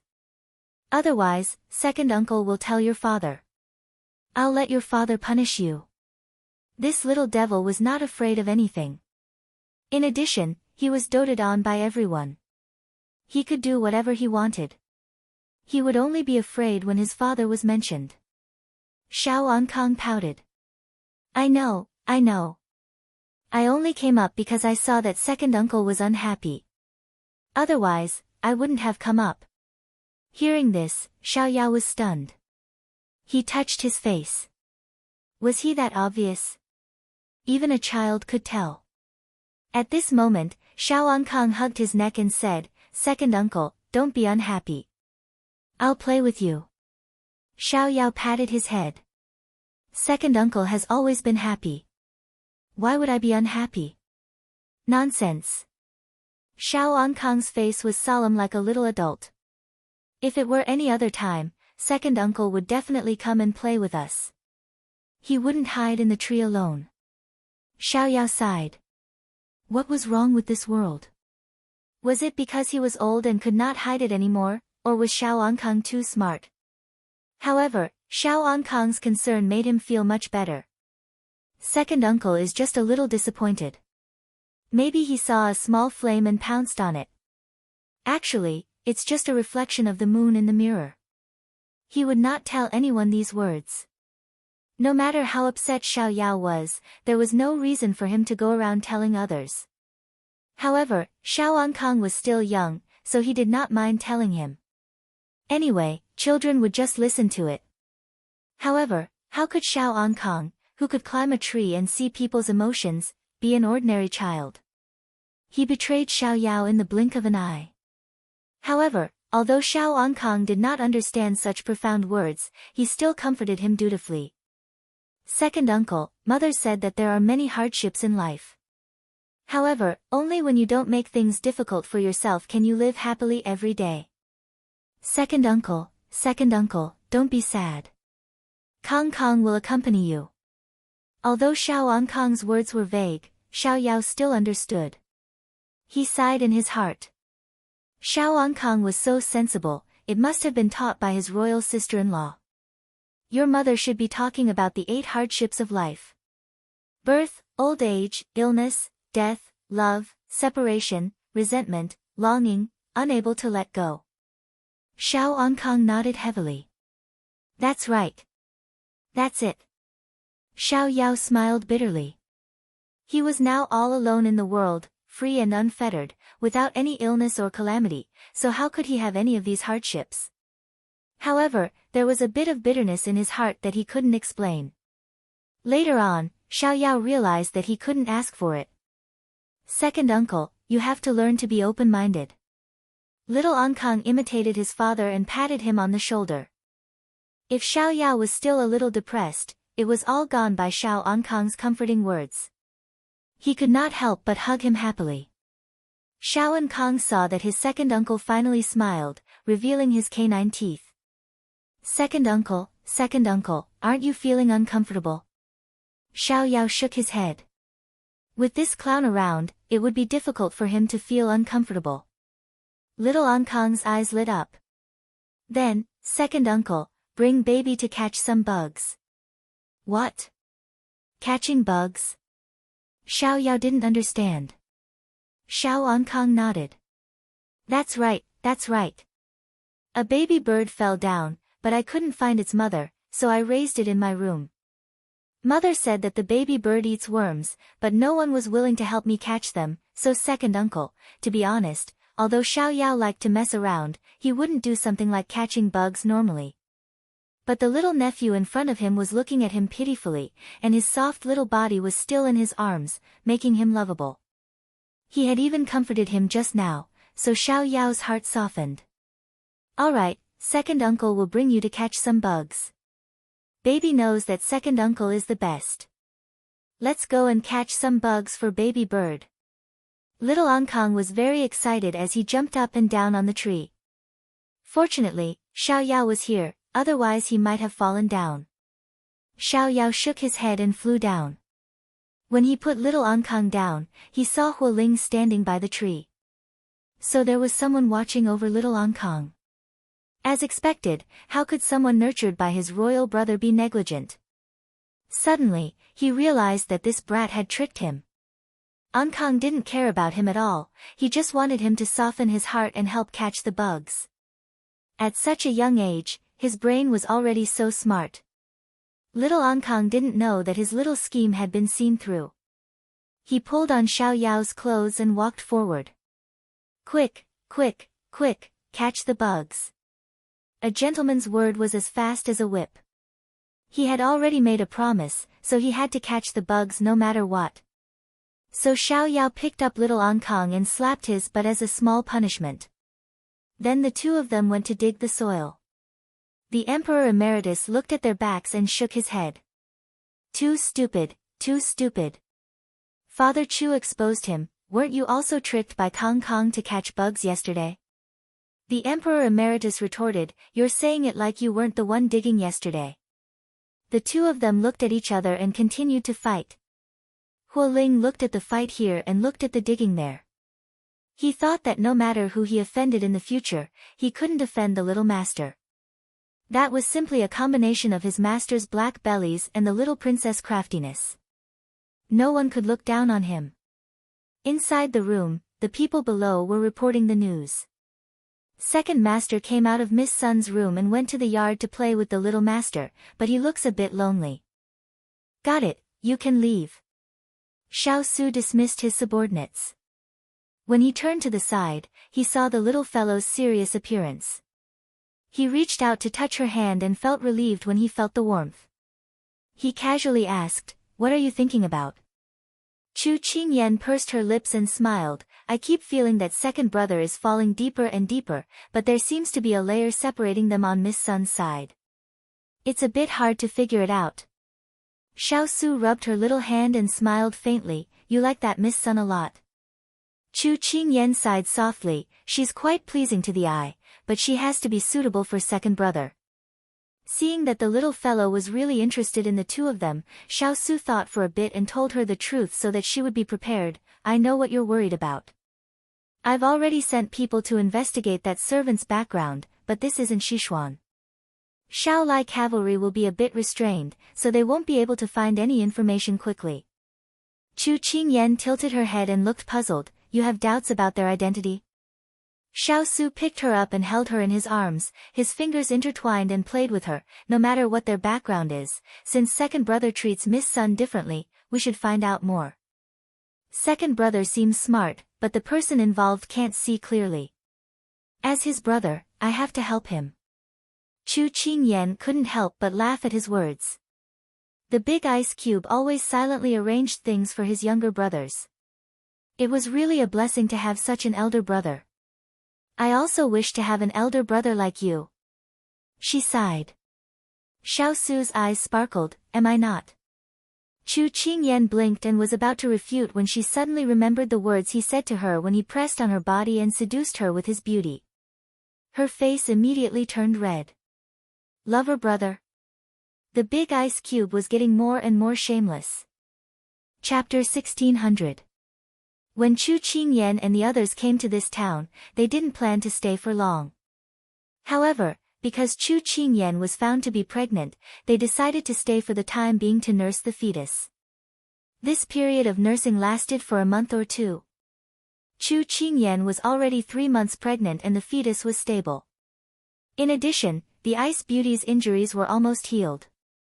Therefore, everyone decided to hold a banquet to liven things up. The banquet was set for 3 days later. Qiu Feng was dazzled when she saw the servants bringing in clothes one after another. There were also all kinds of gold and silver jewelry. She pulled one of the servants aside and asked, "Who sent these here?" The servant smiled and said, "Second master asked us to send them here." "All right, Miss Qiu Feng, please help Miss Sun keep them well. We have to report back." When Gongsun Shui changed into a clean set of clothes and was about to practice her sword in the courtyard, she saw Qiu Feng staring at the room full of things as soon as she came out. "These?" Gongsun Shui couldn't help but frown when she saw these things. Qiu Feng saw her come out and immediately replied, "They said they were sent by second master, but it's not the new year or any holiday." Qiu Feng was also confused. Gongsun Shui didn't care. "Then accept them." Xiao Yao bought whatever he thought of and piled it up here. There were probably 5 or 6 boxes. However, she didn't have time to think about this now. The most important thing now was to practice her sword skills. She hadn't touched a sword for a while. Qiu Feng was dumbfounded as she watched her sect master leave. If it was in the past, her sect master wouldn't accept anyone's gift. However, since her sect master had spoken, she had to accept it no matter how much doubt she had. As soon as Xiao Yao entered the courtyard, he saw the slender figure dancing under the maple tree. The maple leaves were red like fire, and her white clothes were fluttering in the wind. She was red like fire, and white like snow. Fire and snow formed the most dazzling scenery between heaven and earth. Xiao Yao quietly leaned against the wall, watching her body as light as a swallow as she danced with her sword. Although her posture was beautiful, every move was fatal.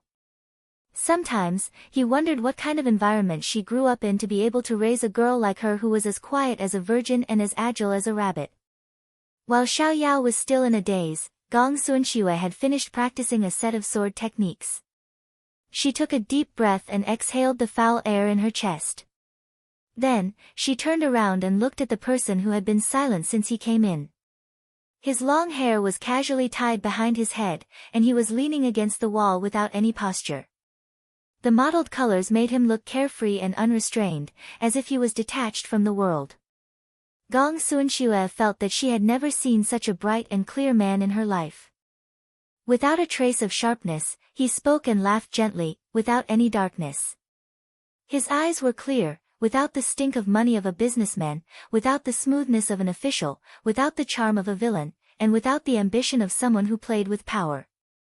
She didn't seem to care about anything, but when she smiled, it was like a spring breeze in the cold winter, warming people's hearts. The young master was as bright as jade, one of a kind. These thoughts quickly flashed through her mind. By the time she reacted, the person who was 10 steps away was already standing in front of her, picking up her sword and admiring it. She couldn't help but take a step back. Was it because her skills had deteriorated, or because she had let her guard down? Or was it because the person in front of her was much better than her? Otherwise, why couldn't she feel him approaching? Xiao Yao played with her sword, as if he didn't see the change in her mood. He nodded approvingly. "It's a good sword." Gong Sunxue took the sword from him. She didn't say anything because she knew he still had something to say. Sure enough, Xiao Yao stood in front of her and looked at her. Seeing that her complexion was good, he said, "Although your injuries have healed, it's best not to do any strenuous exercise. A girl should still take care of herself." She didn't care about the first part of his words, but the last part still made her heart warm up. "I'm not as weak as you think." Before her injuries were fully healed, she had already gone into battle to kill the enemy. Time waits for no one, and your enemy won't give you time. But she still softened her tone because of his concern. Xiao Yao knew that she was a person with big ideas. If he cared too much, it would be counterproductive. Seeing her practice just now, there shouldn't be any big problems, so he simply let her be. Your swordsmanship is not bad. Seeing that he didn't say anything and changed the topic, Gong Sunxue raised her eyebrows. Ever since they parted on bad terms last time, this person acted as if nothing had happened. He didn't change his attitude towards her. If she didn't like something, he wouldn't force her, such as now. She didn't know if this was his way of doing things, or if it was just for her. I can still save my life, she said lightly. Xiao Yao felt that this wasn't a good topic to talk about. He touched the back of his head as if he remembered something. Oh right, the kitchen is making soup for you. I'll go take a look. Don't burn it. Ever since she didn't need to boil medicine, Xiao Yao seemed to be interested in her meals. He ran to the kitchen every day, and every time he came back, he smelled like smoke. Do you want to have a match? Looking at his back as he turned to leave, Gong Sunxue blurted out. A trace of regret flashed across her face, but she really wanted to see how good his martial arts were. Hearing this, Xiao Yao turned around and smiled. I don't bully little girls. Gong Sunxue's expression became serious. Xiao Yao, please listen carefully. First, I'm not little anymore. Second, there's no father and son on the battlefield, and there's no difference between men and women in a match. Xiao Yao wasn't scared by her seriousness. Instead, he talked about something else. Oh right, I saw that you don't usually have any clothes or jewelry, so I asked someone to send you a few sets. The banquet is in 3 days. Choose what to wear. Even if it's not for my sake, a girl should still dress beautifully. Not only is it pleasing to the eyes of others, but it's also comfortable for you. After saying this, Xiao Yao walked away, talking to himself. It seems that you practice swordsmanship every day. Then I'll ask the kitchen to buy some bones and stew them. Gong Sunxue watched him talk to himself for a long time, but didn't say anything to her. Did this person think that losing to her would hurt his pride, or was he looking down on her? Or was it really like what he said? Gong Sunxue was suddenly annoyed. She stabbed her sword into the ground and turned around to practice her fist. Master, it seems that second master really cares about you. Qiu Feng just came out and happened to hear Xiao Yao's words. She couldn't help but laugh. Gong Sunxue snorted coldly. He just thinks that after taking care of me for so long, if I still dress so plainly, others will think that he mistreats me. That's why he did this. Of course, Qiu Feng didn't believe her sect master's words. In her opinion, the sect master was just using this as an excuse to make a fuss. She was angry that second master didn't practice swordsmanship with her. But why would the sect master be angry? No matter how angry the sect master was, she would never show it on her face. Qiu Feng shook her head. She couldn't figure it out. Chapter 1601. That night, Gong Sunxue prepared to sleep. Tomorrow was the banquet that the idiot mentioned.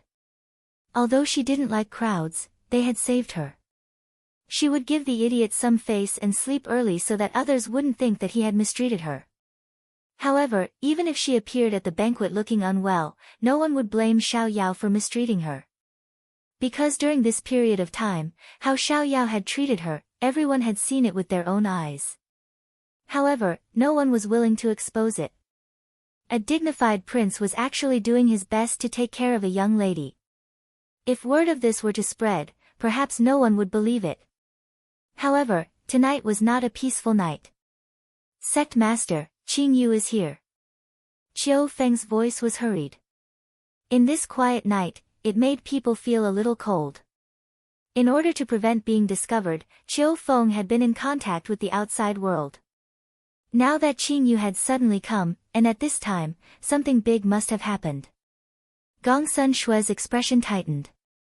She put on the clothes that she had just taken off and strode out.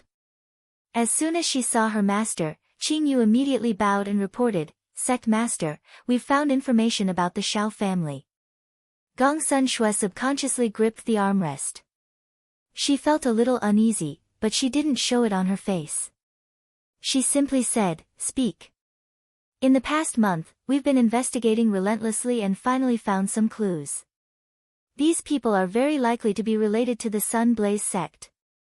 To be more precise, these people are probably Murong Yunchuan's people. However, the most important information hasn't been delivered yet. When it arrives, we'll be able to confirm it.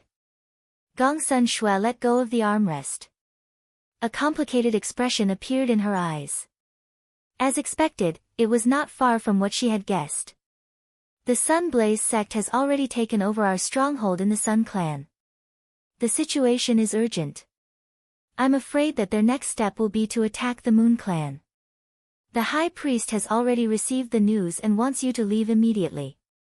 Although we can't be sure what the Shao family is doing, based on their relationship with Murong Yunxian, we must stay away from them. I'm worried that if they see through your identity, it will be disadvantageous to you. Qing Yu didn't notice anything wrong with her and spilled the beans.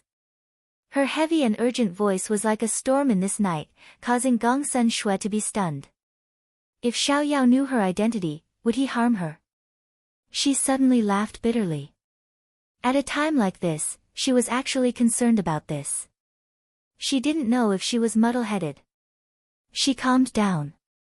When can we confirm their identities? 3 days at the earliest. The news is already on the way, but the High Priest wants you to leave as soon as possible, just in case. When are you leaving? The manpower has been arranged. We can leave now. Gong Sun Shui's gaze fell on the clothes and jewelry placed on the dressing table. She was silent for a while and made a decision. Tomorrow night.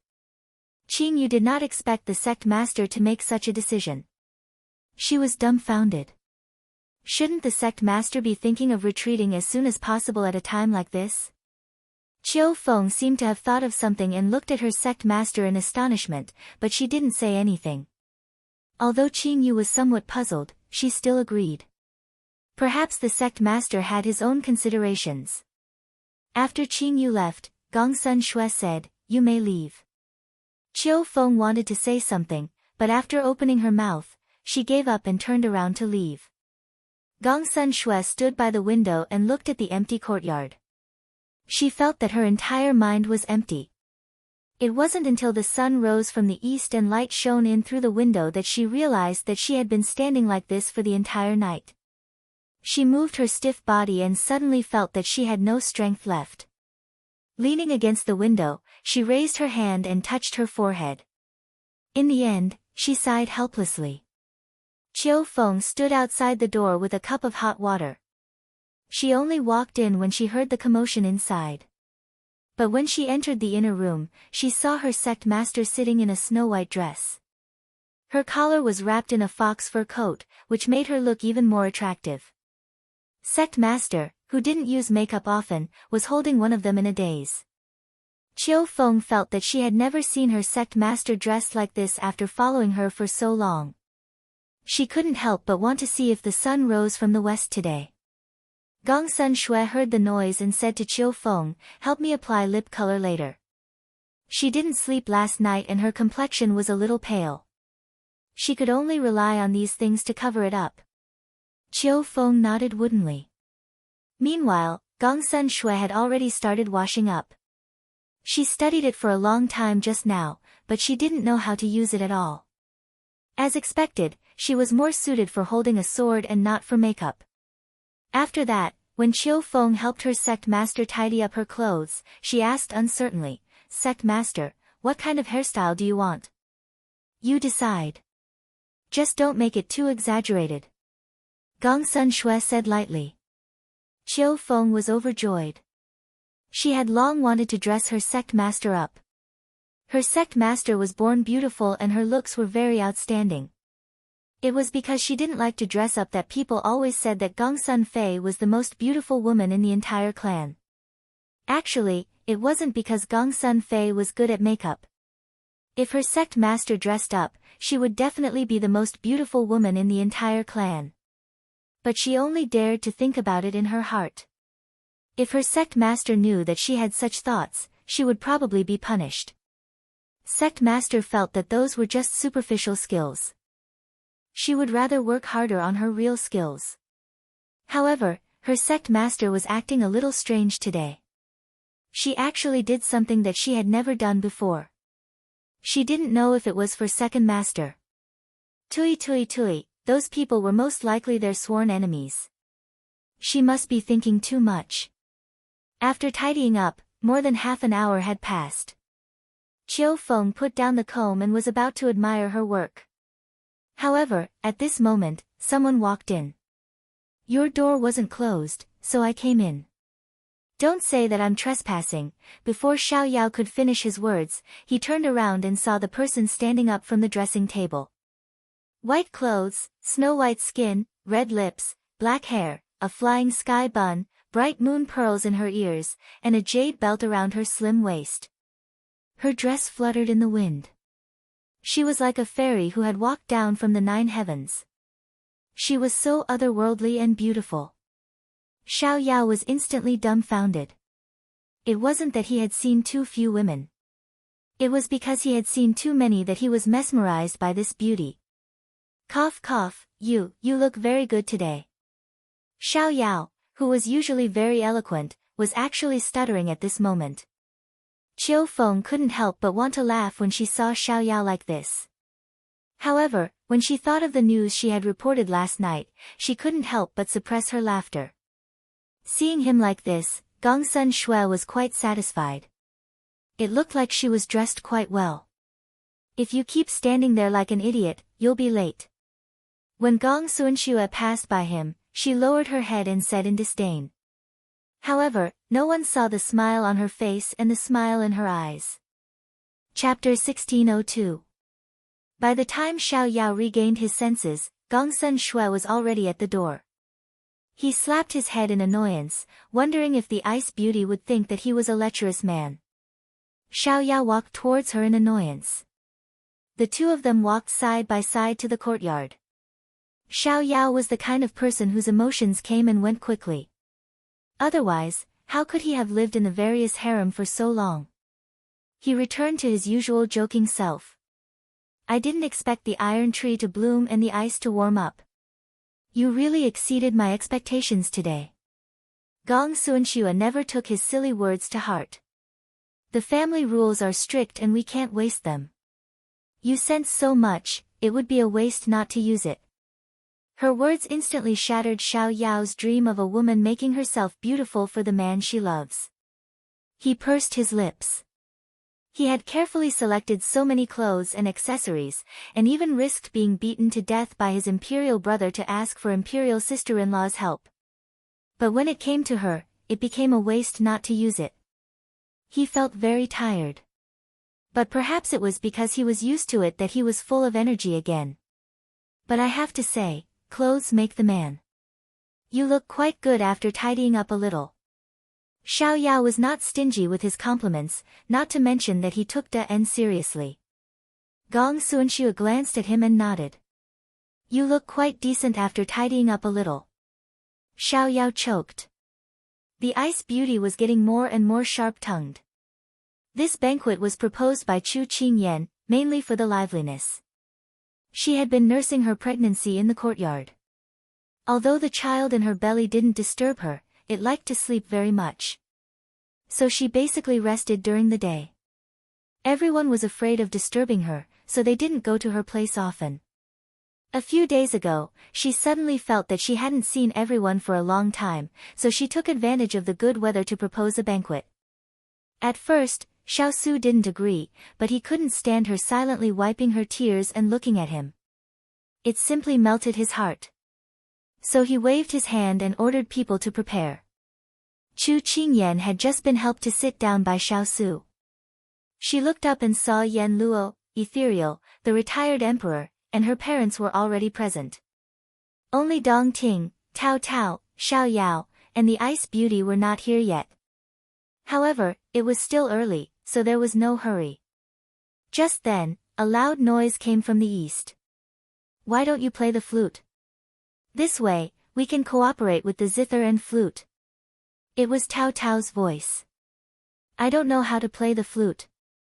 This was Dong Ting's voice. Tao Tao stopped the person who was walking forward. You're lying. I've heard you boast before. That's right, that's right. Higashio Motetsu's smile faded. When? Tao Tao could feel the coldness in his words. The words that he had bragged about on the day of Qingyan's wedding were stuck in her chest, unable to go up or down. Seeing that she didn't speak for a long time, Higashio Motetsu smiled and knocked on her head. If you want to cooperate with the guqin and flute, find someone who can play it. Anyway, I don't know how to play it. Maybe you can find someone who shares the same interests as you. Don't be silly, let's go. Tao Tao looked at his fluttering clothes, her eyes a little bitter. She understood that it wasn't that he didn't know how to play the flute, but that he wouldn't play it again. That song of sending off the bride was the last time he played it. Even if he couldn't get what he wanted, in the end, he still left all his warmth to that person. Tao Tao quickly rubbed her eyes. If he didn't want to play it, then he wouldn't play it. She didn't care. Chu Qingyan waited for a while before the people from the east came over. Higashio Motetsu walked in front of her and sized her up. He shook his head with a chuckle. Qingyan, there's something that this young master doesn't know if he should say. Chu Qingyan saw him like this and knew that he didn't have anything good to say. She waved her hand in annoyance. If you don't want to say it, then don't say it. Move aside. Higashio Motetsu said disappointedly, you really don't have the courage to face reality. For your own good, I'll say it. Haven't you noticed that your face has become a lot rounder? You'd better eat less. Otherwise, you'll become as fat as a ball in the future and no one wants you. Xiao Su had just walked away when he saw this scene. He put his hand on his wife's shoulder and looked coldly at Higashio Motetsu. You don't have to worry about that. No matter what Ayan becomes, I will cherish her as much as my life. Higashio Motetsu chuckled and winked at Chu Qingyan. True love indeed. Get lost. If it weren't for the ball in her stomach, she would have kicked him long ago. Higashio Motetsu didn't get lost immediately. Instead, he cupped his hands at Xiao Su. Pregnant women are indeed hot-tempered. It's been hard on you. Xiao Su felt that since his love rival wasn't angry at his words, it was obvious that he had already calmed down. He couldn't help but say, throwing a little tantrum is quite cute. Chu Qingyan originally wanted to throw something at Dong Ting, but when she heard her big ice block say that, she felt very happy. If his beloved woman occasionally threw a tantrum, that was called cute. If an unrelated woman occasionally threw a tantrum, that was asking for trouble. She was very happy that her big ice block had helped her turn the tables. At this moment, Tao Tao also walked out. Xiao Su caught sight of her from the corner of his eye and cupped his hands at Higashio Motetsu. You've worked hard too. Higashio Motetsu saw that he was hinting at something. He glanced at Tao Tao from the corner of his eye and pursed his lips. This Xiao Su was really protective. Seeing Dong Ting turn and leave in defeat, Chu Qingyan was very pleased. She touched her big ice block's face. You've helped me regain my dignity today. Tell me, what reward do you want? Xiao Su didn't expect to receive such benefits. He smiled. My wife was very generous today. Then, he whispered something in her ear. Chu Qingyan was originally a little ticklish from his breath, but when she heard him clearly, she was completely stunned. Then, she felt a warm current rush from her toes to her face. But 3 months. She felt that the top of her head was going to emit steam when she said this. Xiao Su's eyes flashed with a strong smile. He said in a low voice, Ethereal said that 3 months is enough. You actually asked Ethereal about this. You. Chu Qingyan felt that she was about to be roasted. She immediately threw herself into his arms, afraid that someone would hear. Xiao Su smiled deeply and hugged his shy wife. No one knew what happened between them. They only saw that Xiao Su, who rarely smiled in front of others, was actually so happy.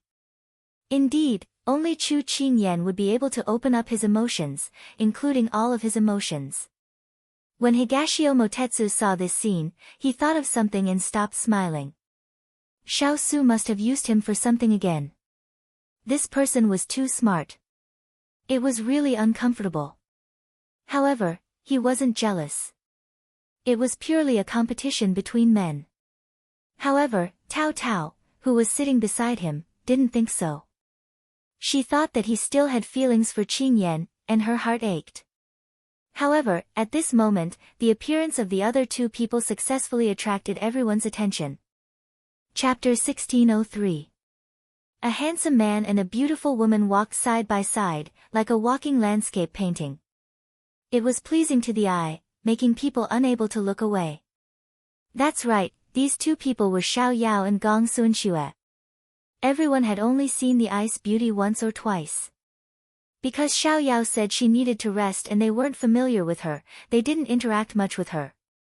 They only knew that Xiao Yao was hiding a mistress in a golden house. Now that they saw her, she was indeed an ice and snow peerless woman. Cheng Yanluo poked the person beside her, saying with an envious expression, "Look, these two are so compatible. The man is handsome and the woman is beautiful.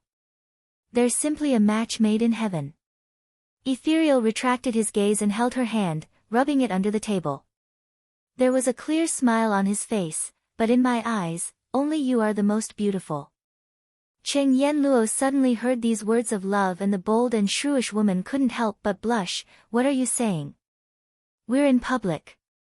Ethereal laughed softly as he pulled her into his embrace, not letting anyone see her bashful appearance. If there weren't so many outsiders here, he would like to admire this rare side of her alone. Huoling originally thought that he had only been showered with dog food by the second master, but he didn't expect that sitting beside Ethereal, his ears would also be stuffed with dog food. He silently picked up a chair and moved to Jasper's side, sighing pitifully, "There are couples everywhere. I won't go to the front.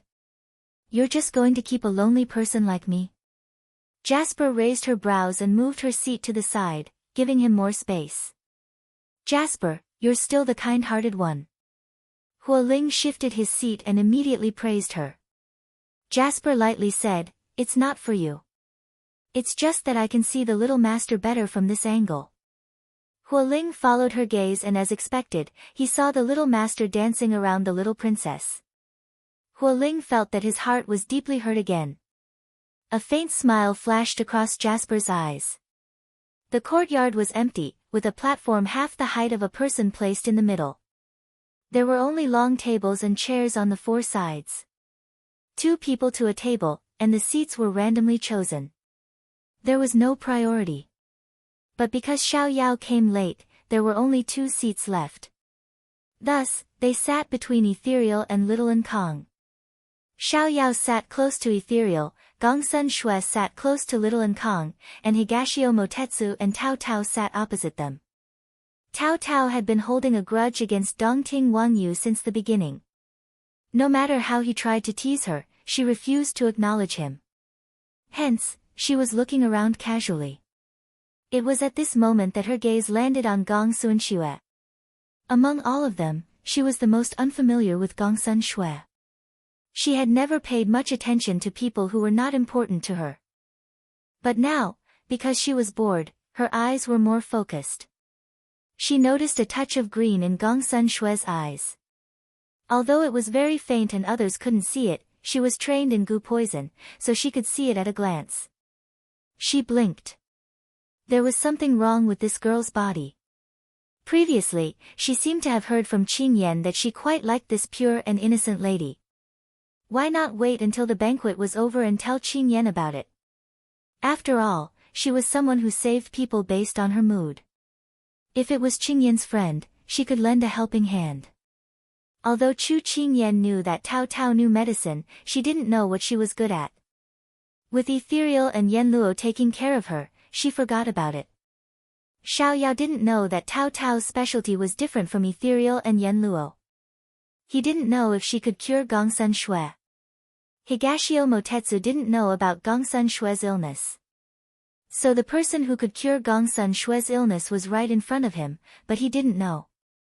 At this time, Gongsun Shue felt someone's gaze on her. She looked in the direction of the gaze, but the other party had already retracted his gaze and was playing with the zither. Although Xiaoyao was talking to Ethereal, his attention was on the ice beauty. She couldn't hide anything from him. He looked over and couldn't help but smile. That little girl is called Tao Tao. She's a friend that young Master Dongting brought over. She has a good relationship with my sister-in-law. If you like, I'll introduce her to you after the banquet. Gongsun Shue didn't have that intention, but since he said it, there was no harm in getting to know her. Anyway, after today, she and Xiaoyao wouldn't have such a leisurely time, so she went along with him. At the same time, as the host of today's banquet, Hu Ling straightened his clothes and walked up the stage. Everyone burst out laughing. They didn't expect Hu Ling, who wasn't afraid of anything, to be nervous. Hu Ling rubbed his nose. What was there to be afraid of about killing enemies and fighting monsters, but hosting a program was not the same thing. Before, he did not want to accept it no matter what, but with a single look from his master, he could only accept it with tears in his eyes. If it wasn't for the fact that the little princess had rehearsed for him, he might have already collapsed onto the ground. Life is like a play. It's fate that brings us together. Meeting is fate, and knowing each other is fate. Gentlemen, ladies, I'm very happy that everyone is gathered here to participate in today's banquet. I am the host, Hu Ling. Hu Ling recited all the lines the young princess gave him with his excellent memory. Although he stuttered in the beginning, he became much smoother towards the end. This was the first time a banquet could be held like this. There was even a host. It was quite refreshing to say that he was the host of the event. When Chu Qingyan clapped, everyone followed suit. Hu Ling gained confidence. He straightened his back and continued, today's banquet is divided into several parts. The first is to reward, the second is to play, and the third is to eat. As the name suggests, there will be a talent show, interactive games, and delicious food. Eating, drinking, and playing were all available. Everyone's eyes lit up as they impatiently waited for Hu Ling to begin. Alright, the first round will be the talent show.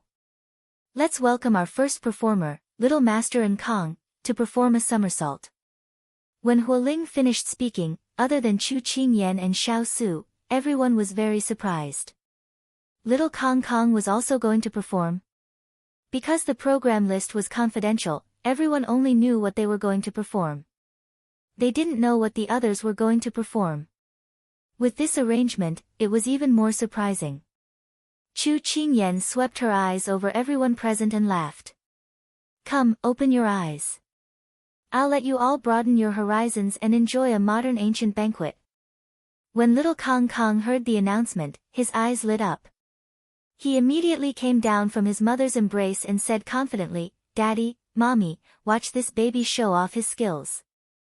After saying that, he walked with his short legs and prepared to climb up the stage. When Hu Ling saw this, he immediately carried the little devil king up. Chapter 1604. Before Xiao Ankang could perform, the crowd gave him a warm round of applause. After standing still, Xiao Ankang bowed to the crowd with his hands clasped in front of his chest. His dignified appearance made him look like a child of wealth, making him extremely likable. He first winked mischievously at his parents, then nodded at the drummer at the side. Soon, the sound of drums could be heard. Xiao Ankang was dressed in a neat outfit and was very relaxed. He nodded his head, supported himself with his hands, and somersaulted a few times, causing everyone to laugh and clap. Did they think that he only knew how to do this? He retreated to a corner and ran quickly. With both hands on the ground, he somersaulted 5 or 6 times in the air, then somersaulted 5 or 6 times in the reverse direction. His movements were very standard and very fast. It was impossible to tell that he was a 2-year-old child. After Xiao Ankang stabilized himself, the crowd burst into applause. As expected of my elder brother's child, he has the demeanor he had back then. Xiao Yao clapped happily. Gongsun Shui, who was sitting at the side, watched as Xiao Ankang bowed to the crowd gracefully, then jumped off the stage and happily pounced on his father, Xiao Su. Chu Qingyan and her husband were not stingy with their praises for him. She had never seen a child of a master perform on stage for others. Furthermore, there were so many servants present. However, not only did everyone support him, they also sincerely encouraged him. Xiao Ankang was very well educated, which surprised her. However, the crowd's reaction and this banquet surprised her even more.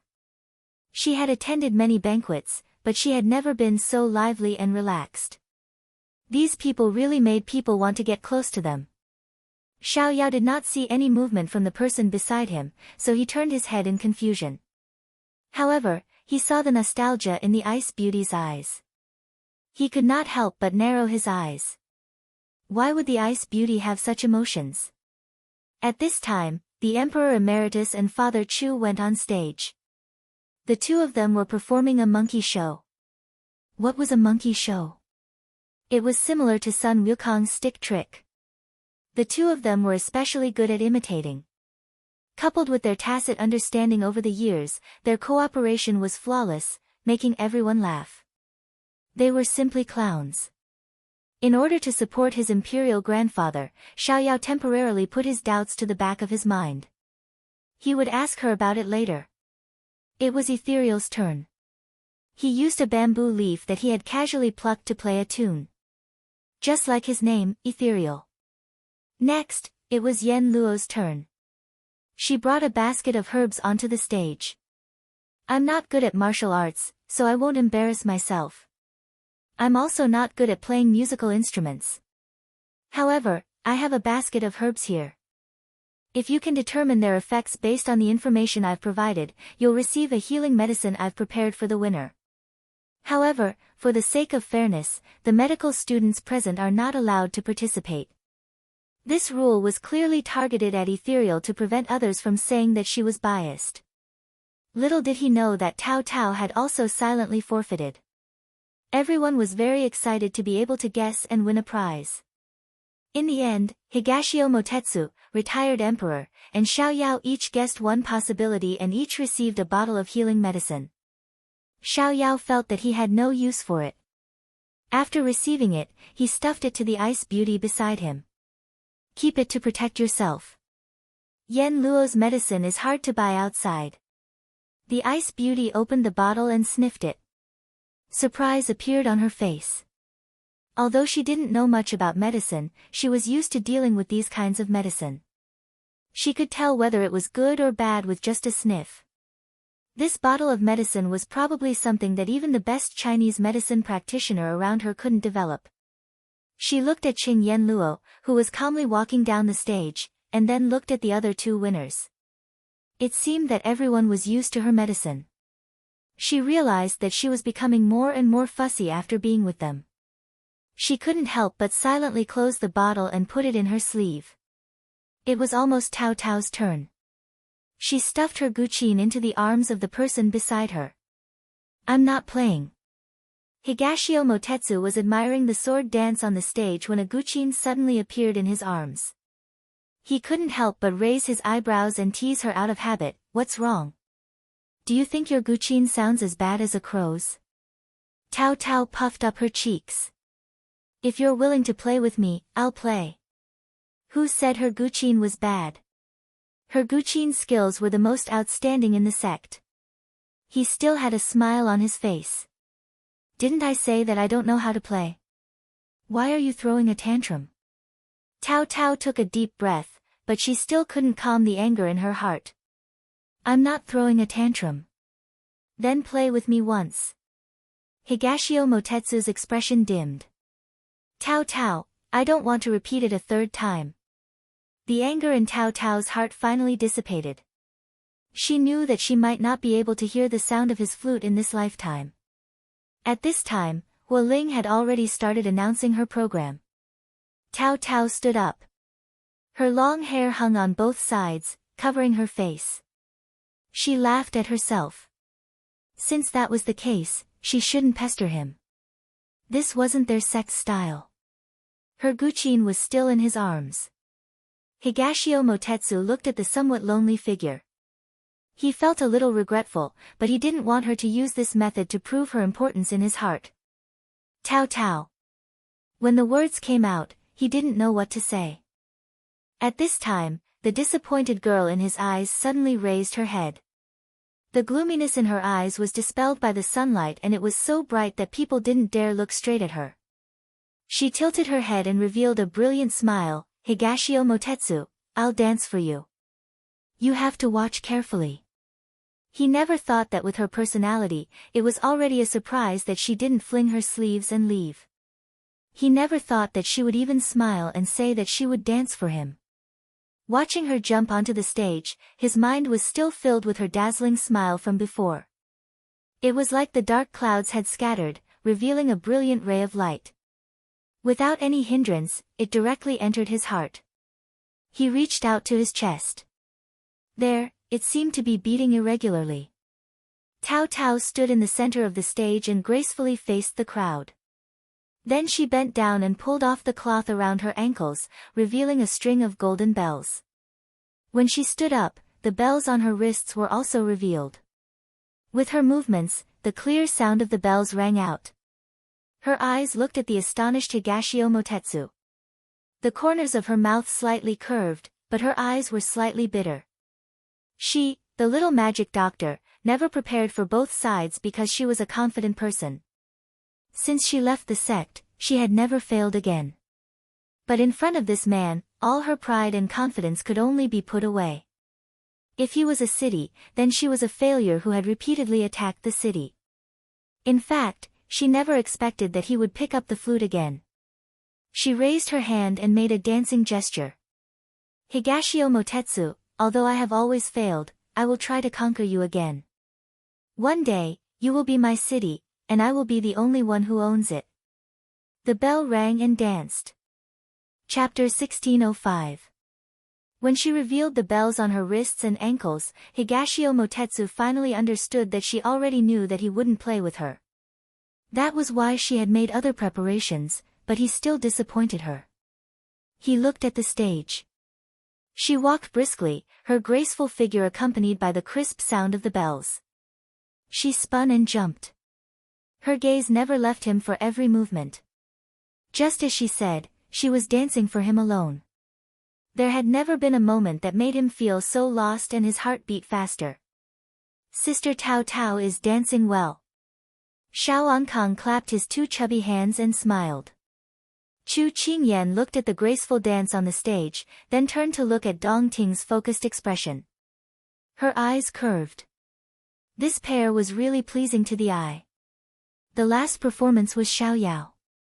Gongsun Shui didn't expect him to have prepared a performance as well. She looked at him in surprise. Xiao Yao didn't go on stage immediately. Instead, he looked down at her with a happy smile.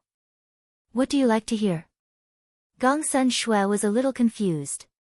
Wasn't the performance already decided? Why did he ask her now? Just do what you want. He found it quite interesting to tease her. At least her face was no longer so cold. The smile on his face widened. I'm just asking. Just listen to me. Don't take it seriously. Only then did Gongsun Shui realize that she had been fooled by him. She glared at him coldly. Xiao Yao immediately stopped when he was ahead. Otherwise, if he really provoked her, he would suffer. I'll go on stage first. I'm going to be late. With that, he quickly slipped away. Gongsun Shui snorted coldly, as if she was the one holding him up. Although Xiao Yao had slipped away, in the eyes of outsiders, he walked like flowing water, still looking carefree and unruly. The folding fan in his hand had disappeared and was replaced by a flute. He smiled brightly and held the flute to his lips. His gaze circled around the ice beauty's body. His fingers moved slightly and the sound of the flute flowed out. The melody was melodious and smooth, and one could even hear the sound of wild geese chirping. In the blink of an eye, it was clear and cheerful, as if there was a stream flowing in front of one's eyes. After a while, The sound was distant and vast, as if one was in an endless grassland with blue sky and white clouds, making one feel relaxed and happy. Gongsun Shui originally thought that this person was usually sloppy and didn't have any talent. At most, he was a little smart. She didn't expect him to have such superb skills. The sound that came out of the flute was mellow, sometimes light, sometimes distant, and sometimes high and sometimes low. It was like sitting on a clear winter day and watching the clouds. It made people feel at peace. When she was learning martial arts, her master had once told her that swordsmanship was the same, but different people could produce different sounds. This was related to the person's state of mind and character. From this, it could be seen that if one did not have a certain amount of experience and an open mind, one would not be able to produce such a beautiful sound. Her gaze was fixed on the person on the stage. A gentle breeze blew his clothes, and his hair danced in the wind. He raised his arms slightly, and there was a smile on his face. In his eyes, there was a vast green mountain, and in his tune, there were thousands of miles of flowing clouds.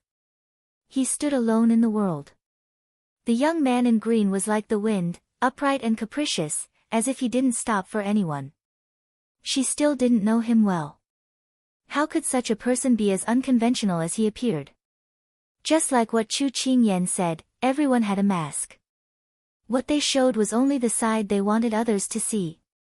Suddenly, a thought flashed through her mind. If there was time, she wanted to dig out the other side of this man.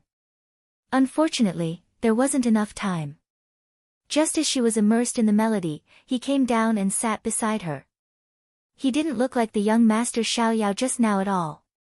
He asked, "How was it? Were you stunned by what you heard?" "I'm not boasting, but among our emperor." No, among our brothers, my playing is unrivaled." Xiaoyao almost spilled the beans. He immediately corrected himself, but Gongsun Shui, who was in a trance, didn't notice. After a moment of silence, she praised, "It's very good." Xiaoyao, who still wanted to boast and show off, was stunned by this praise.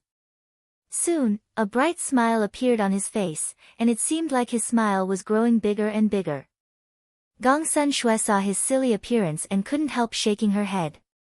It seemed like she shouldn't praise him in the future. His tail was about to fly to the sky. Although Xiaoyao was the last performer, when Hualing went on stage to prepare for the next segment, Father Chu became unhappy. "White impermanence, I want to see your performance. Hurry, hurry, hurry." When his father-in-law said this, Xiao Su looked over. Hualing, who had received his master's silent order, wanted to cry. He only knew how to fight and kill. How could he know how to perform? But with his master and the old man looking at him like this, he couldn't back down. He could only agree. Hualing cupped his fists. "This one is untalented, so I'll show everyone a set of fist techniques." After saying this, he got into a horse stance and began to practice his fist techniques. In the blink of an eye, the person who had been smiling just now became serious. Every punch was powerful, and the sound of it breaking through the air could be heard. Gongsun Shui's attention was immediately drawn over. Her gaze instantly focused. From the way these people usually walked, she could tell that their martial arts weren't low. But she didn't expect that just a casual set of fist techniques would be so solid and profound. If these people were really opponents, then, the Moon Clan was in danger. When this thought flashed through her mind, she couldn't help but tighten her grip. Previously, she had wanted to hide here for a while to avoid those assassins. However, after staying here for a long time, she realized that the guards here were all experts who were not inferior to her. She suddenly became curious about their identities. To be able to have so many experts as guards, these people must not be ordinary people. She had been in North Korea for so long, but she had never heard of any aristocratic family with such strong strength. She wanted to know more about them so that she could find out their identities. Little did she know that these people were all slippery loaches, and there were no signs that she could follow. Later on, she gave up. She couldn't do anything by herself. But she didn't expect that these people were actually involved with the Japanese. She had been too careless. She shouldn't have stayed here because of a moment of impulse. She should have gone back to take charge of the situation. At this time, Xiao Yao saw that her expression was a little strange. He couldn't help but frown worriedly. Are you feeling unwell? Is it a wound? Do you want Yan Luo to take a look? Hearing Xiao Yao's concerned and anxious tone, Gongsun Shui realized that she had revealed her emotions. Fortunately, this person didn't think too much. She shook her head and said calmly, "It's nothing. I was just thinking about something and got distracted. Let's continue watching." Xiao Yao wanted to say something, but Hualing had already finished his fist and started the next segment. He couldn't help but purse his lips, and a complicated expression flashed through his eyes. Chapter 1606. This segment was an interactive game that was mainly about playing around. Although it was a game, no one present had ever heard of the way it was played. They couldn't help but express their curiosity and anticipation. The game's name was gesticulating. The rules were that two people were in a team. One was responsible for gesticulating while the other was responsible for guessing. Within the allotted time, the team that guessed more would win. Once Hualing finished explaining the rules, everyone was eager to try it out. Xiao Yao wanted to pull the ice beauty onto the stage, but at this time, the retired emperor came over and directly pulled him away. He cried out, "Grandfather, what are you looking for me for? Don't you have a partner?" The retired emperor waved his hand and said with a smile, "Chu Huayuan went to find his wife. I'm the only one left. Everyone else is in pairs, so it's not good to separate them. So as my grandson, this is the best time for you to fulfill your filial piety." Xiao Yao wanted to cry but had no tears. "My God, you didn't separate others, but ran over to separate your grandson. What kind of logic was this?" But at this time, his imperial grandfather had already nimbly gone to Hualing to sign him up. What else could he say? He could only turn his head and cast an apologetic look at the ice beauty. When Gong Suanxue met his gaze, her expression was still without a ripple. But when she thought of how he couldn't resist when the old grandfather pulled him over, it was really funny. The game's segment began. The first group was Qing Yanluo and Ethereal. Hualing ordered someone to set up the hourglass. When the hourglass turned, the competition began. With many years of tacit understanding, Qing Yanluo and Ethereal completed 8 words in the allotted time. The two looked at each other and smiled. They happily stood on the other side of the stage, ready to watch the other's performance. The second group was the retired emperor and Xiao Yao's turn. Xiao Yao was pushed over to gesticulate. Before the competition began, the retired emperor waved his fist at him. "Good grandson, be serious. I want to take the first prize." Xiao Yao replied energetically, "I know." The servant had already taken the board and written on it. When the competition began, he began to flip through the pages. The first was drinking wine. Xiao Yao gestured with a cup. The retired emperor immediately said, "Gem." Xiao Yao shook his head and gestured with a drinking gesture. The retired emperor immediately said, "Sword swallowing." Everyone who knew the answer was amused. Xiao Yao continued to shake his head. Then, he walked a few steps and swayed, indicating that he was drunk. At this time, the retired emperor somewhat understood. "Drunk?" Xiao Yao immediately nodded and made a drinking gesture. The retired emperor said resolutely, "Drink." The second was dancing. The corners of Xiao Yao's mouth twitched. What kind of question was this? He waved his hand and moved his legs. Retired emperor, exercise. He frowned and decided to go all out. Hence, he softened his movements and imitated Tao Tao's dance moves. Retired emperor, epilepsy. Puhaha, seeing this scene, everyone was about to burst out laughing. It was too funny. Below the stage, Gongsun Shui was also amused by Xiao Yao's behavior. Her cold face cracked into a rare smile. Xiao Yao originally wanted to give up, but when he saw the ice-cold beauty's rainbow-like smile, he couldn't help but think that if he could make her smile, he would be willing to do anything stupid. It was no wonder that King Yu of Zhou used a beacon fire to make her smile. Today, he was really obsessed, but he was willing to do it. In the end, the retired emperor still couldn't guess the answer. However, until the time was up, the grandfather and grandson still managed to answer 9 questions correctly. The result was very good. Finally, it was over. Xiao Yao supported his waist. For the ice-cold beauty, for the game, he really went all out. I didn't expect my good grandson to be able to dance. It's a pity that your dancing is too difficult to compliment. Otherwise, Grandpa would definitely be able to guess it. When the two of them stood in the corner, retired emperor began to laugh and ridicule him.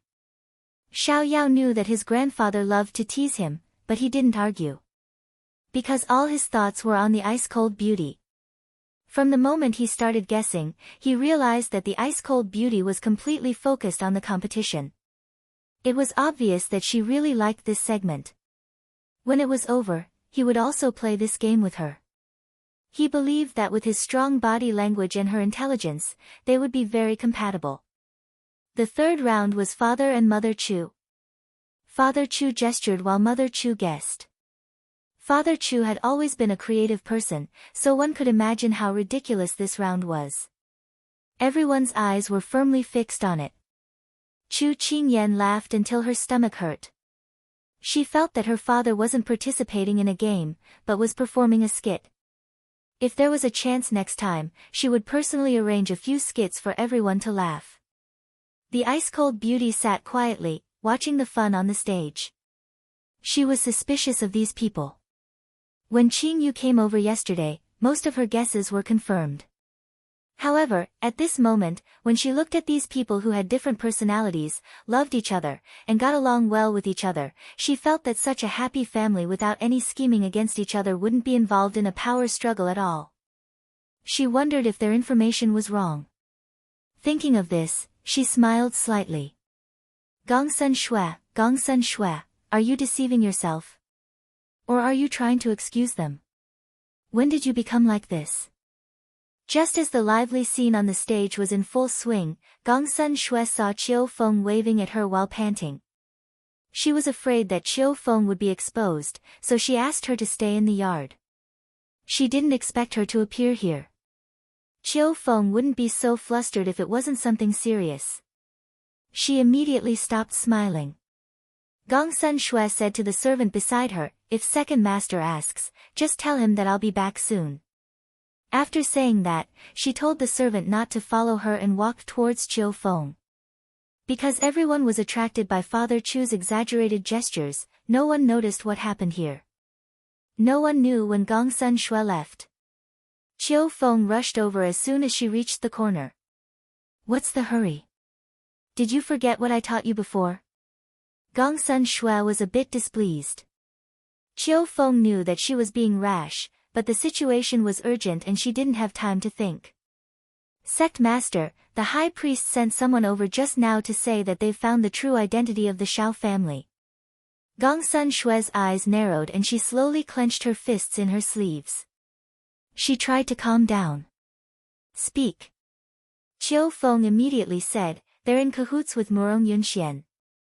Murong Yunsun fled to another country and these people took him in. This time, they're here to help Murong Yunxian take revenge on Ru family." Although she already guessed it, Gongsun Shui was still stunned when she heard such accurate news. The high priest said that since the Shao family could raise Murong Yunxian to be so outstanding, they definitely aren't small fries. He wants you to leave immediately.